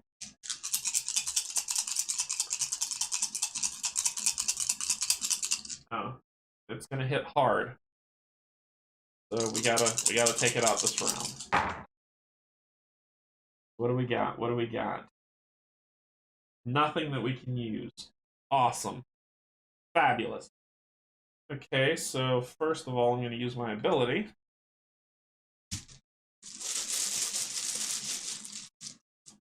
The white die. 1. Okay. Let's mitigate, shall we? Alright.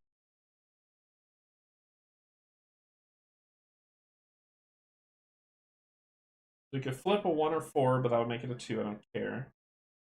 Can make any die that... I thought I had a tick up for red.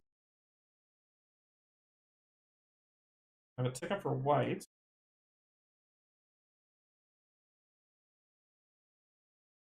Green I can flip, which would make it a 3. What about that? Here it is. Tick up for red. It's like, I know I have this. Okay, so I'm going to use the runic necklace to flip this to a 3. I'm going to use the spike club, tick this down to a 1. Covers up 5.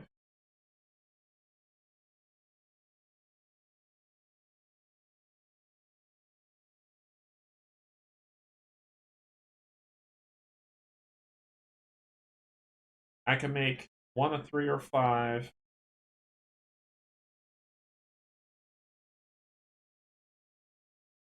And here we go. I can use the ancient spear, tick up the blue to a 2. Okay. I still get to swap out something. I can swap out... Can I make that... I can swap out the blue, the purple, possibly make it a something. I can actually flip I can flip, use summon to flip the this one to its opposite side, which will be a 3.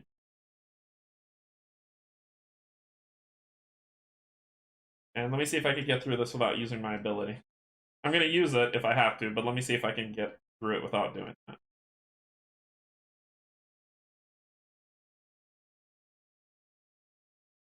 I can use the Jade Gauntlet to just make it a 6 with a quick play. So I'll use the bonus play. to make that a 6. And we won. There you go. Alright, so you kill the creature. Go to F4. You kill the wereshark and swim to the surface. King Terran pulls you back aboard and you dump the overheated Dragalian box into the boat. He opens it with an oar, revealing a single red pearl, surprisingly cool to the touch. The mists have faded and the sea no longer boils, but the red energy crackles overhead until you tuck the pearl into the Dragalian sack. If you have the keyword ocean, which I do, go to F7.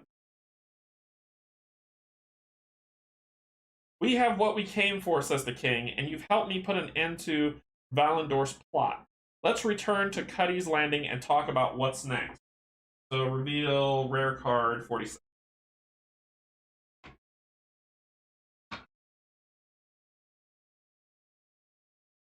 The red pearl, any color, can be a 1.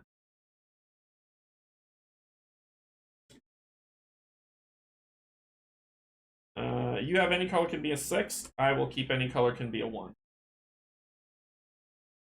Okay, we get 1, 2, 3 experience.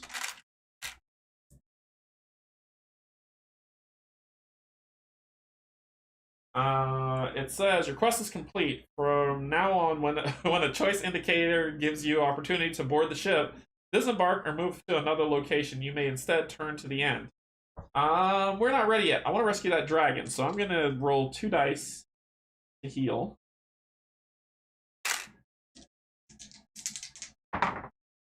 10.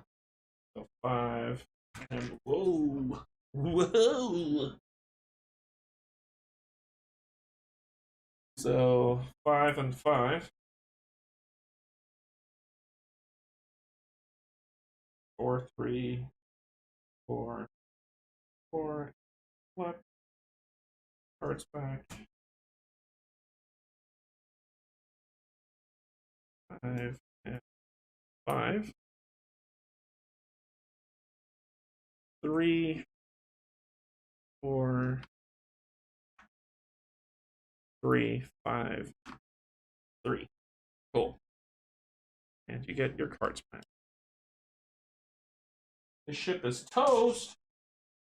Alright, so I want to help that dragon. I want to know how to do it, though. I need cultists.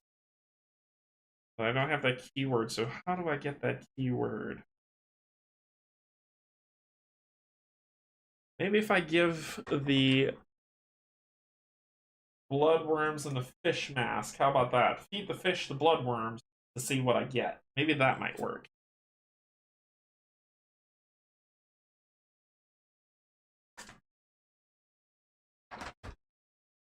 So, was that 7290? And I'll be too fatigued for that. So, 6. Let's see, 7290. You offer the masked fish a worm as a snack. It doesn't seem interested. Thank you. That wasted my time. Appreciate it. Appreciate it. So we didn't raise the city at all because there's a whole G thing here. There's a whole thing of G and H. I have no idea what those are. Oh, H is the dagger thing. That's up there. So we didn't raise the city. I just swum down to it and got what I needed. I think I'm done. Let's see. See what happens when we get back on the ship. We don't have winter, mist, or northern.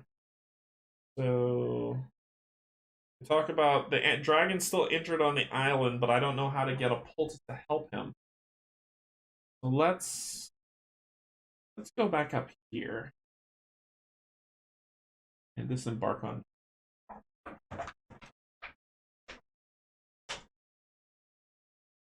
Bloodbath, Dragon Rider, Eagle. We got Eagle. You arrive safely in the rocky shores of the Isle. The great eagles here appear friendly and are willing to take you to Dagger Peak.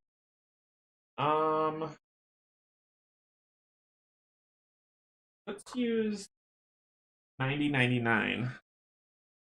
So 2, 2.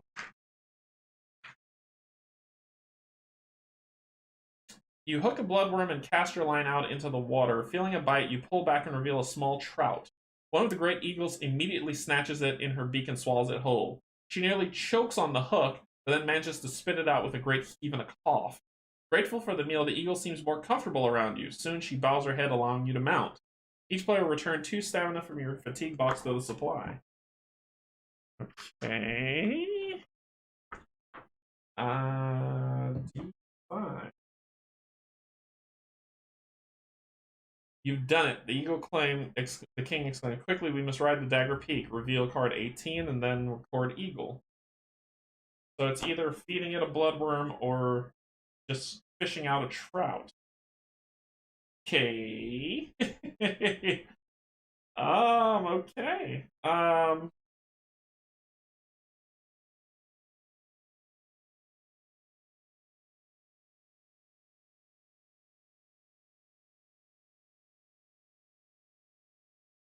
I don't know if there's anything left for me to do. I don't know how to help the dragon or how to get the poultice to help the dragon. I think that's a far gone thing, so we're done.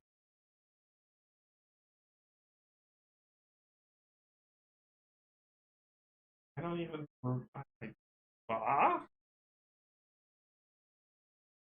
Let's go back to the northern one.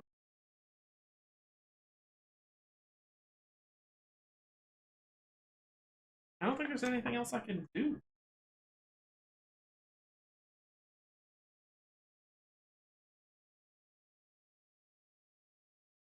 It's kind of skimming because I think I'm done. Yeah, I think might be done. I'm done. Let's go to the end. I didn't get to do anything in the city. So I have, like, I just beat her on the mountain. So I skipped all of H. We're going to the end. When your ship returns to Cuddy's Landing, the crew decides to join you for one last drink at the Golden Hope. Which titles did you earn? Dragon's Return? Nope. Virondor's Revenge? Yep. You overhear a rumor at the bar that the Queen of Dragons herself has been seen attacking ships and even some villages on the mainland. She's been on that mountain for weeks, one of the patrons complains to the bartender. Hasn't bothered a soul, now she's burning everything to the ground. Someone or something must have really pissed her off. Yeah. I got Rescuer of Xerath. So you notice Xerath drinking a cup of tea at the end of the bar. She invites you to join her. I see now that I have been foolish, she admits. I was attempting to train an adult ghost eater. If I could find a newborn, oh god, they would be more palpable. They might even come to believe that I was their mother. She laughs and then lowers her voice. My orders come from Gimlix himself, she explains. He thinks the ghost eaters could prove useful in the wars to come. The witch thanks you for your service to the Starlight Door. I don't have Cayman's death. I got Giselle's death. Captain Giselle raises her glass for a toast. To the sea, she announced, in the mysteries of the deep. Her shipmates clink their glasses solemnly. The captain sips her ale thoughtfully, then she leans over and speaks to you softly so that others cannot hear. The Starlit Door owes you a great debt, she says. The healing powers of the Kraken will be of great help to us in the wars to come. I've also got King's company. Once the captain and crew have departed, King Terran orders meat and bread for your table. In Hush Whisper, he reminds you of your next mission. The Immortal Knight is lost in another world. Nalos desperately needs its champion in Virondor. Uh-oh. Uh-oh, I overheated. Let's see if that fixes that. Did you come back? Okay. Huh. That's weird. Well, we're at the end, so let me pop back up to the top because there's nothing really else to do, so it won't cut off again. So, once the captain and crew have departed, King Terran orders meat and bread for your table in a hushed whisper. He reminds you of your next mission. The Immortal Knight is lost in another world. Nalos desperately needs its champion at Brazard Wall. You must travel to the Gurlong Colossus, says Terran. If you can get it working again, it can take you to the plane of knowledge. That is where you will find our knight. King Terran tells you he has other tasks to attend to in preparation for Azima's return, including announcing his return and securing your pardon. We didn't get Dragon Friend. Revenge of General Grick. We didn't get that. General Grick's fealty, didn't get that. King's disfavor, we didn't get that. You make your way north towards Gurlong Bay. Your journey is long but scenic. The winding trail passes along the northernmost coast of Nalos. In 2 days' time, you crest the hill and look down over to where a colossus, a gigantic automaton, sits rusting in the brine. Strange birds circle its head. A low growl echoes in its hull with the push and pull of the tide. Somewhere within that ancient wonder lies the secrets to travel among the plains.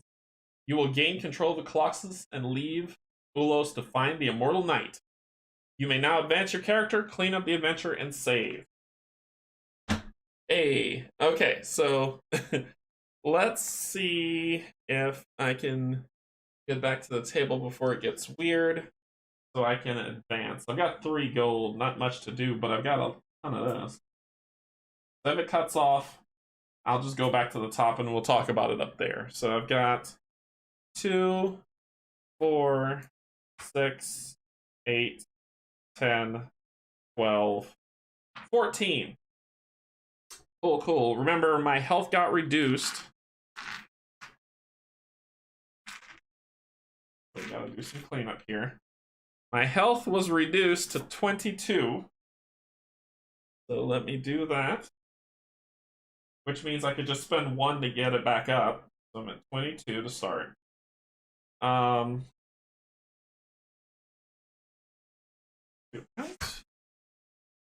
Take you from 25 to 22. Okay.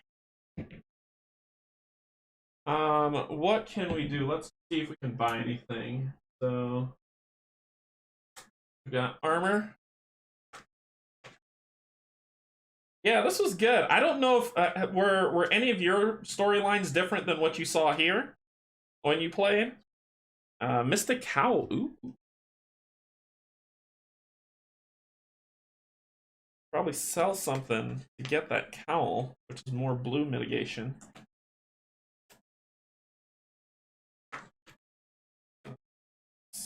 Scroll, vanish.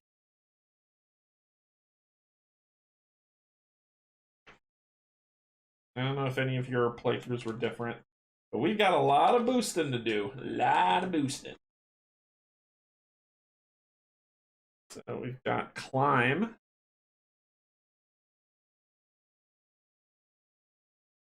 First, minus con, huh? Con is 4, so that would make it 4. Got 3. Like I said, I can sell 1 to get 1 gold, and then I can buy 1 of those.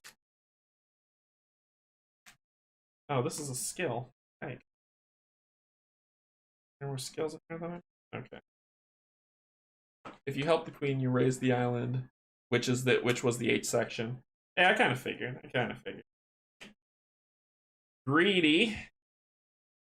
6. If you're a dragonkin, it would be 4. Otherwise, it's 6.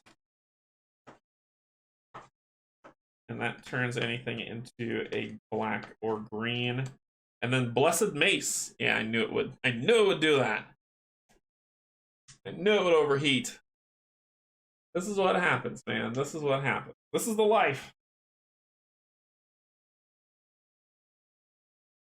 This is the life. Now it's just going to keep doing it now. Okay, I'm going to shut it off, go back up to the top. And we'll talk about what I get. So I'm going to get... So there's the Blessed Mace. Decrease a red or white die by 1 or 2, and that's 5. So I've got 2, 4, 6, 8, 10, 12, 14. To up my combat dice, because it's at 7, I would have to do limit plus 5, so that means I'd have to spend 12 to make it 8 combat dice. To up my bonus limit, it would have to be 2 plus 3, 5 plus 5, 10 to make it 4 free plays. And if I want to raise my health, it's back to it's 1 XP each until I hit 25. So I'd get myself back to 25. I would have to spend 3 XP each. So that would put me at... Wait, it was 2 down. I'm not at 22. Not 3. It was 2. For beating that dragon, it was 2. So I should be at 23, not 22. Bad math. Bad math. So I'd have to spend 4 XP to get back up to 25. Okay. I have to spend how much? 12? And I have 14. I go to 24 and get 8 combat dice. That seems good. So 2, 4, 6, 8, 10, 12. And I'm going to 8 combat dice. So I'm spending 8 XP, go to 8 combat dice. Where I'm at 14.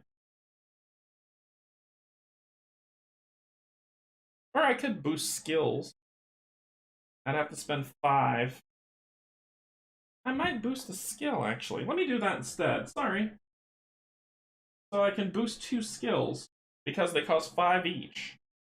Why didn't I think of that? I'm an idiot. So I would get 2 back. So I'd spend 10. Boost 2 skills. I'm going to boost Dex for Talon, making him all 4s across the board. And I'm going to boost his Strength to make him 5. Put him at 5 there. Then for Willa, I'm going to boost her Charisma to 4. Let me see if the camera comes back on, I'll switch back. And I'll boost her Int to 4. Let's see if it came back on. Okay. There we go. And then I'll spend these last 2 to get back up to 25 health.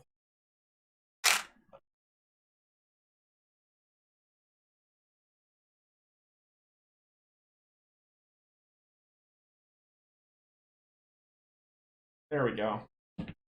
7 combat dice is good enough right now, otherwise I'd be a killer.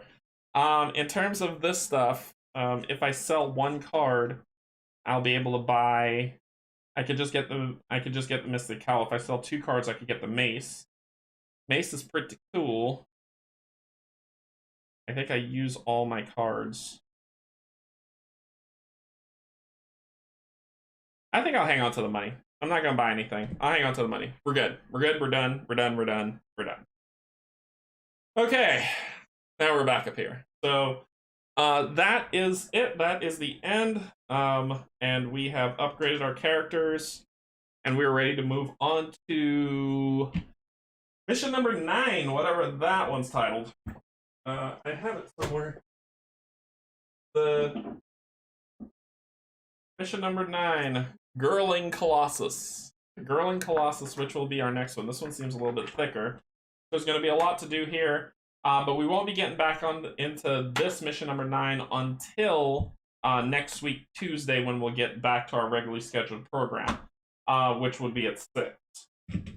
So what's to come? Tomorrow I'm playing Unsettled. I'm playing Unsettled with Nora Task A. And then Thursday morning I'm playing Gloom of Kilforth with Steven. Friday, I'm going to be playing Gloomhaven Digital with Kate and Cynthia, but I'm not sure if Rob will be joining yet and streaming it. I don't know, but it'll be. But we're playing it Friday. And then Saturday, I'm going to be painting minis, and then Sunday, I'm going back into Unsettled, and then we will start back our regular 3 games a week after that. Where Tuesday will be Role Player Adventures until I beat it. Thursday will be group play, co-op playthrough with Pac-Man, Steven, and possibly Barrett if we play Kingdom Death. And then Sunday will be something. I'll figure it out what to play. So we'll figure that out as that goes. Thank you so much for joining me. Thank you, my Patreons. Thank you, my YouTube subscribers. If there's anything that I messed up in the rules, please put it in the comments so I can let people know to play it properly as we move on through here. And I want to make sure I play it properly as well. Thank you so much for joining me. I really appreciate it, and I will see y'all next time. Insert comment here. Bye, everybody.